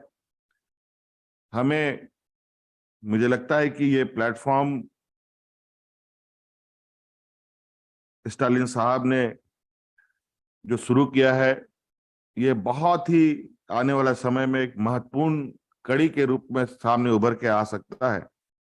इसके लिए हम सब लोगों को प्रयास करने की आवश्यकता है। और लड़ना और संघर्ष करना तो खैर हम लोगों ने, हमारे खून में है, और इससे कोई हम लोग पीछे कभी नहीं हटते। बशर्ते इसकी लड़ाई अब जिस तरीके से है, समय बीतता है, लड़ाई के तरीके भी बदलते हैं, उनके जो अलग अलग आइडियाज हैं उनको कैसे काउंटर किया जा सकता है। आज के दिन में जिस तरीके से सोशल साइट पर हो, मीडिया साइट के माध्यम से हो, या और अदर इंफॉर्मेशन सेंटर के माध्यम से हो,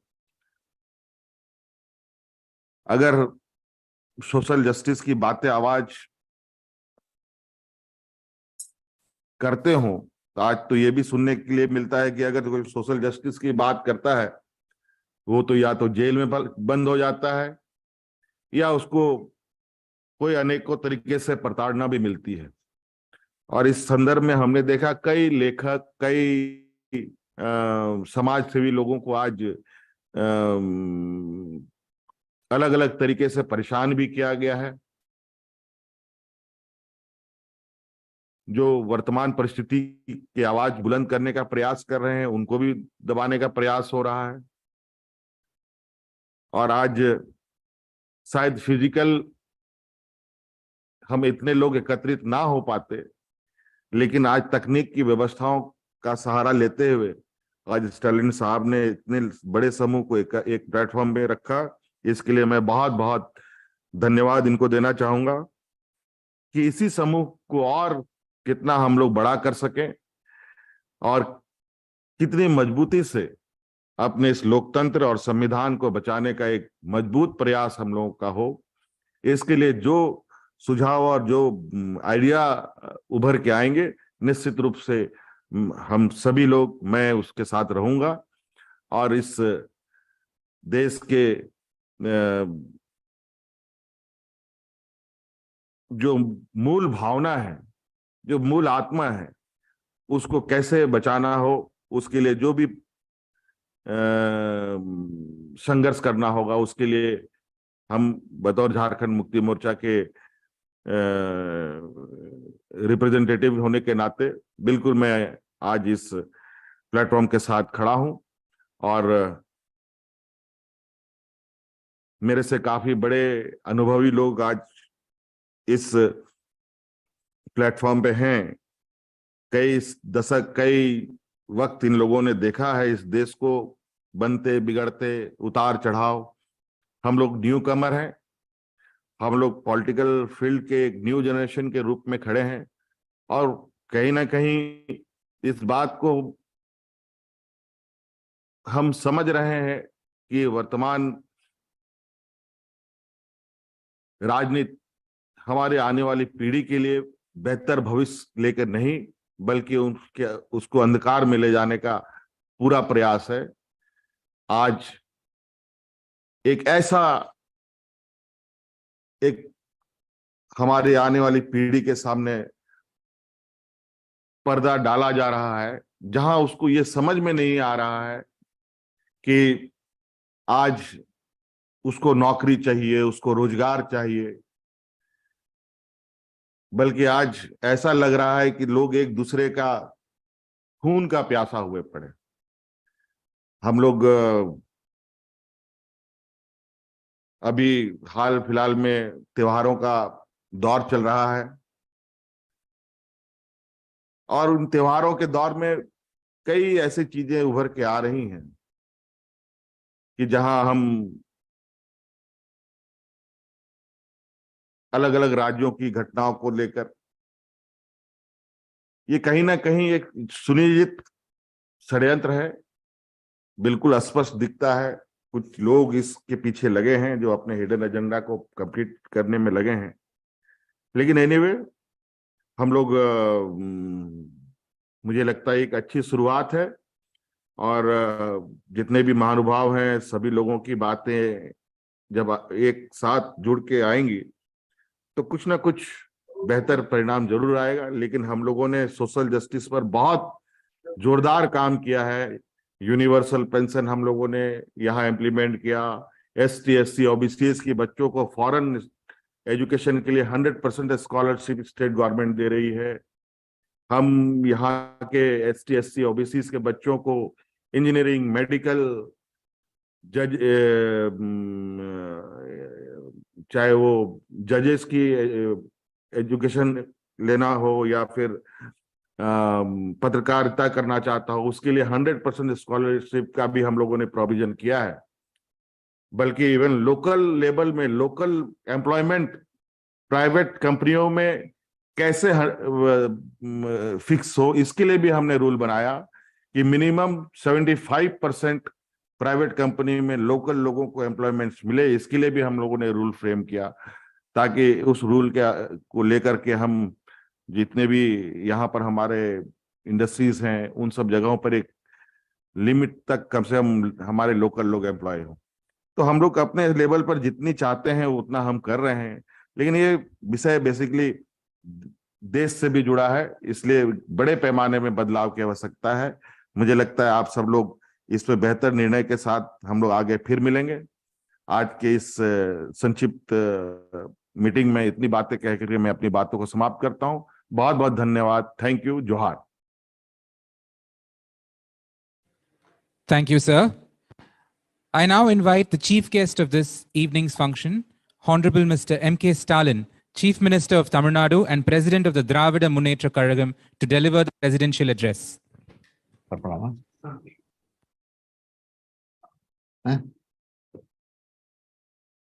அகில இந்திய சமூக நீதி கூட்டமைப்பு நடத்தும் மாபெரும் முதல் மாநாட்டில் கலந்து கொண்டுள்ள அனைவரையும் வரவேற்று உரையாற்றிய அகில இந்திய பிற்படுத்தப்பட்டோர் கூட்டமைப்பின் தலைவர் ஓய்வு பெற்ற நீதிபதி ஈஸ்வரையா அவர்களே, ராஜஸ்தான் மாநில முதலமைச்சர் மாண்புமிகு அசோக் கெலாட் அவர்களே, ஜார்க்கண்ட் மாநிலத்தினுடைய முதலமைச்சர் மாண்புமிகு ஏமந்த் சோரன் அவர்களே, பீகார் மாநிலத்தினுடைய துணை முதலமைச்சர் தேஜஸ்வி யாதவ் அவர்களே, ஜம்மு காஷ்மீர் தேசிய மாநாட்டு கட்சியினுடைய தலைவர் ஃபரூக் அப்துல்லா அவர்களே, இந்திய கம்யூனிஸ்ட் கட்சியினுடைய பொதுச் செயலாளர் டி ராஜா அவர்களே, திரிணாமுல் கட்சியைச் சேர்ந்த டெரிக் ஓபரேன் அவர்களே, முன்னாள் அமைச்சர் வீரப்ப மொய்லி அவர்களே,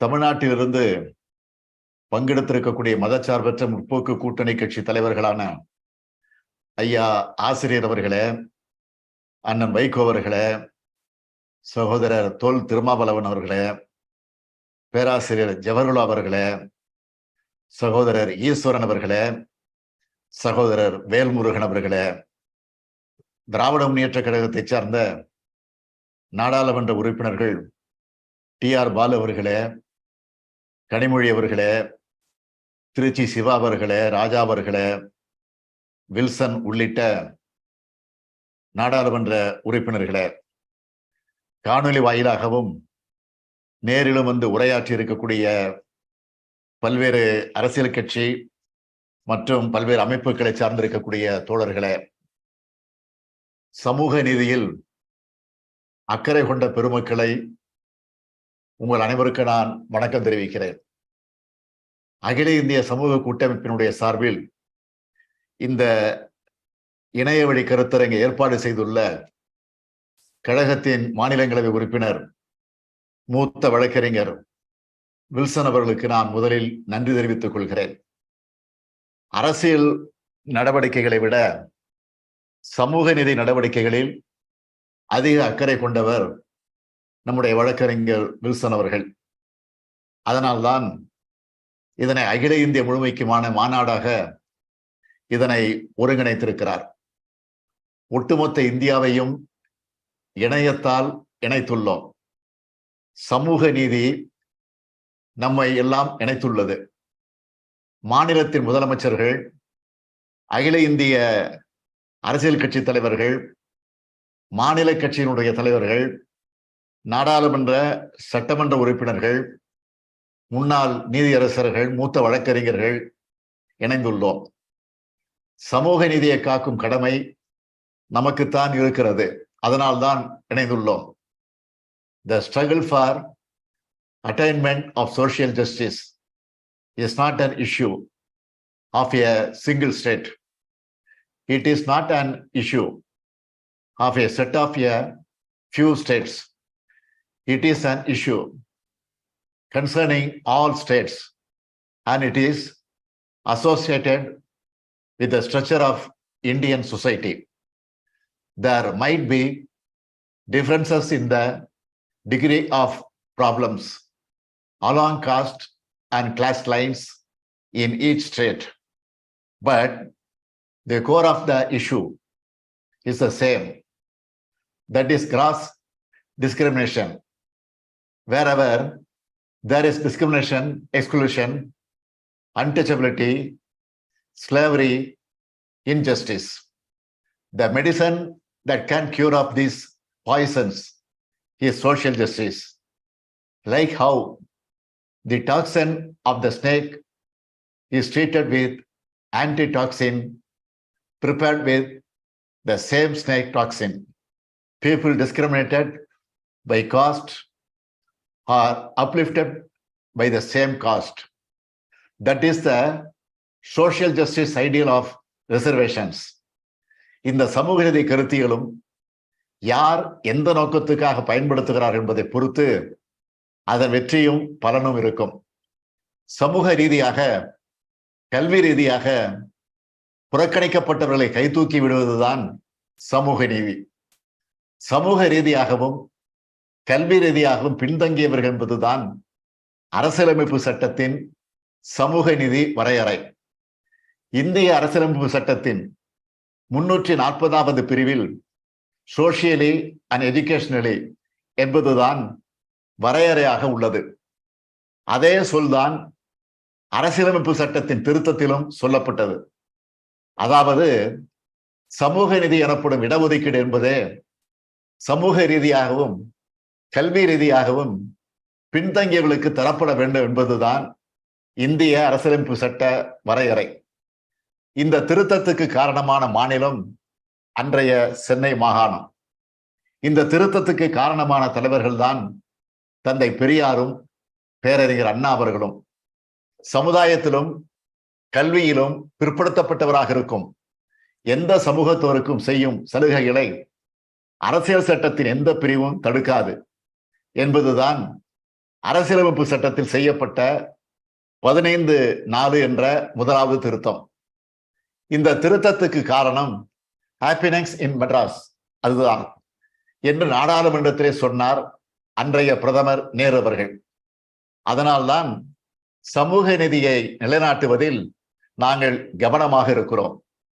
சோசியலி அண்ட் எஜுகேஷனலி என்பதில் எக்கனாமிக்லி என்பதை வஞ்சகமாக சேர்த்து விட்டது ஒன்றிய பாஜக அரசு. எக்கனாமிக்லி அதாவது பொருளாதார அடிப்படையில் இடஒதுக்கீடு தந்துவிட்டார்கள் பாஜகவினர். பொருளாதாரம் என்பது நிலையான அளவுகோல் அல்ல. இன்று ஏழையாக இருப்பவர் நாளை பணக்காரர் ஆகலாம். இன்று பணக்காரராக இருப்பவர் நாளையே ஏழை ஆகலாம். பணம் இருப்பதையே ஒருவர் மறைக்கலாம். எனவே இது சரியான அளவுகோல் அல்ல. உயர் சாதி ஏழைகள் என்று சொல்லி இடஒதுக்கீடு தருகிறது பாஜக அரசு. இது சமூக நீதி அல்ல. ஏழைகளுக்கு எந்த பொருளாதார உதவியும் செய்வதை நாங்கள் தடுக்கவில்லை. அது பொருளாதார நீதியே ஆகுமே தவிர சமூக நீதி ஆகாது. ஏழைகள் என்றால் அனைத்து ஏழைகளும் தானே இருக்க முடியும்.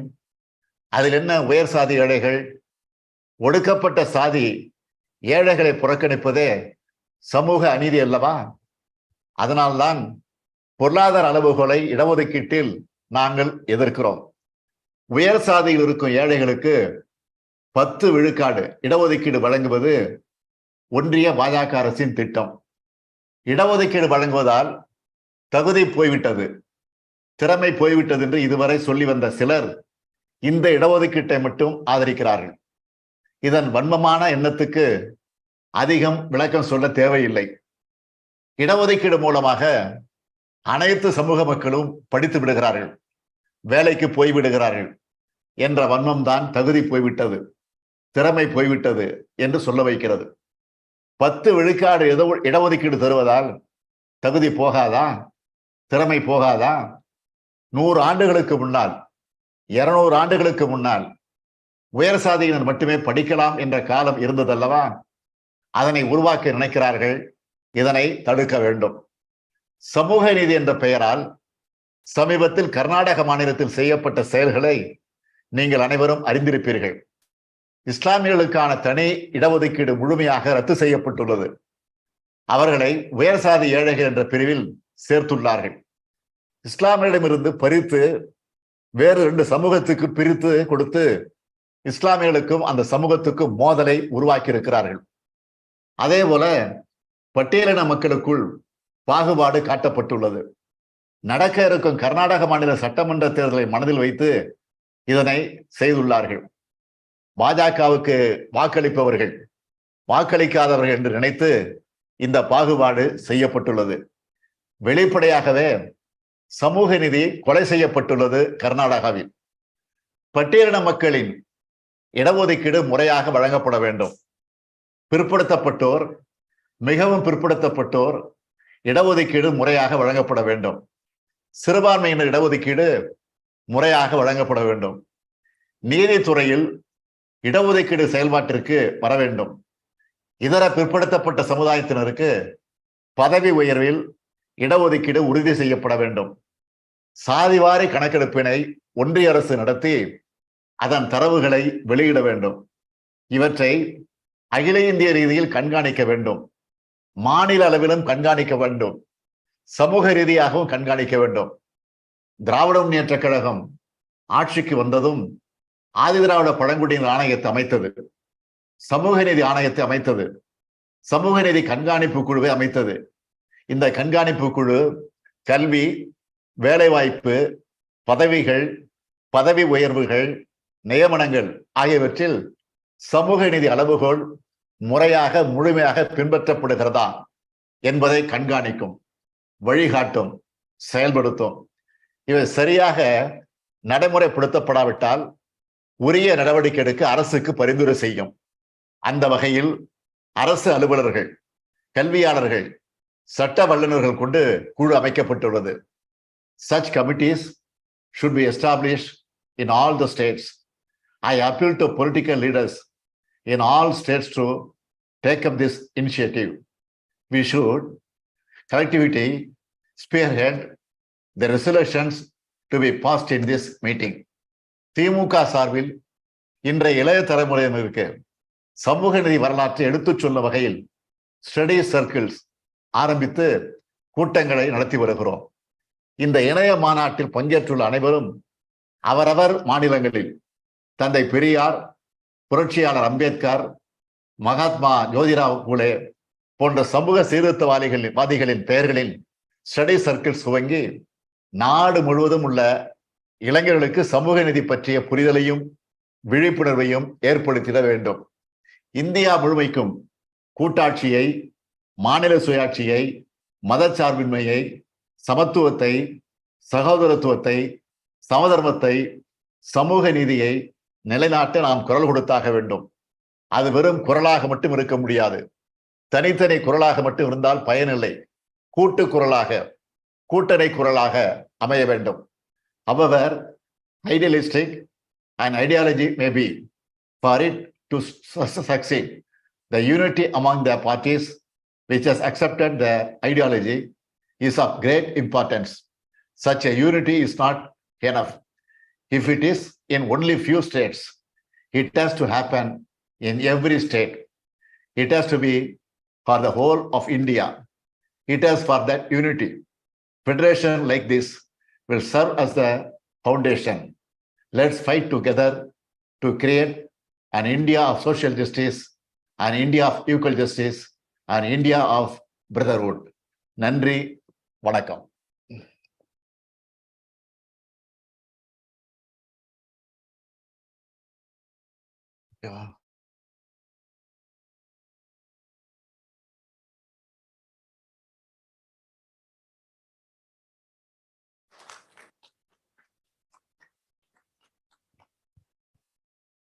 Thank you, sir. Now invite Honorable Mr. Justice Virendra Singh Yadav, Chairman of the SRA and founder of the Samajik Chetna Foundation, to deliver the vote of thanks.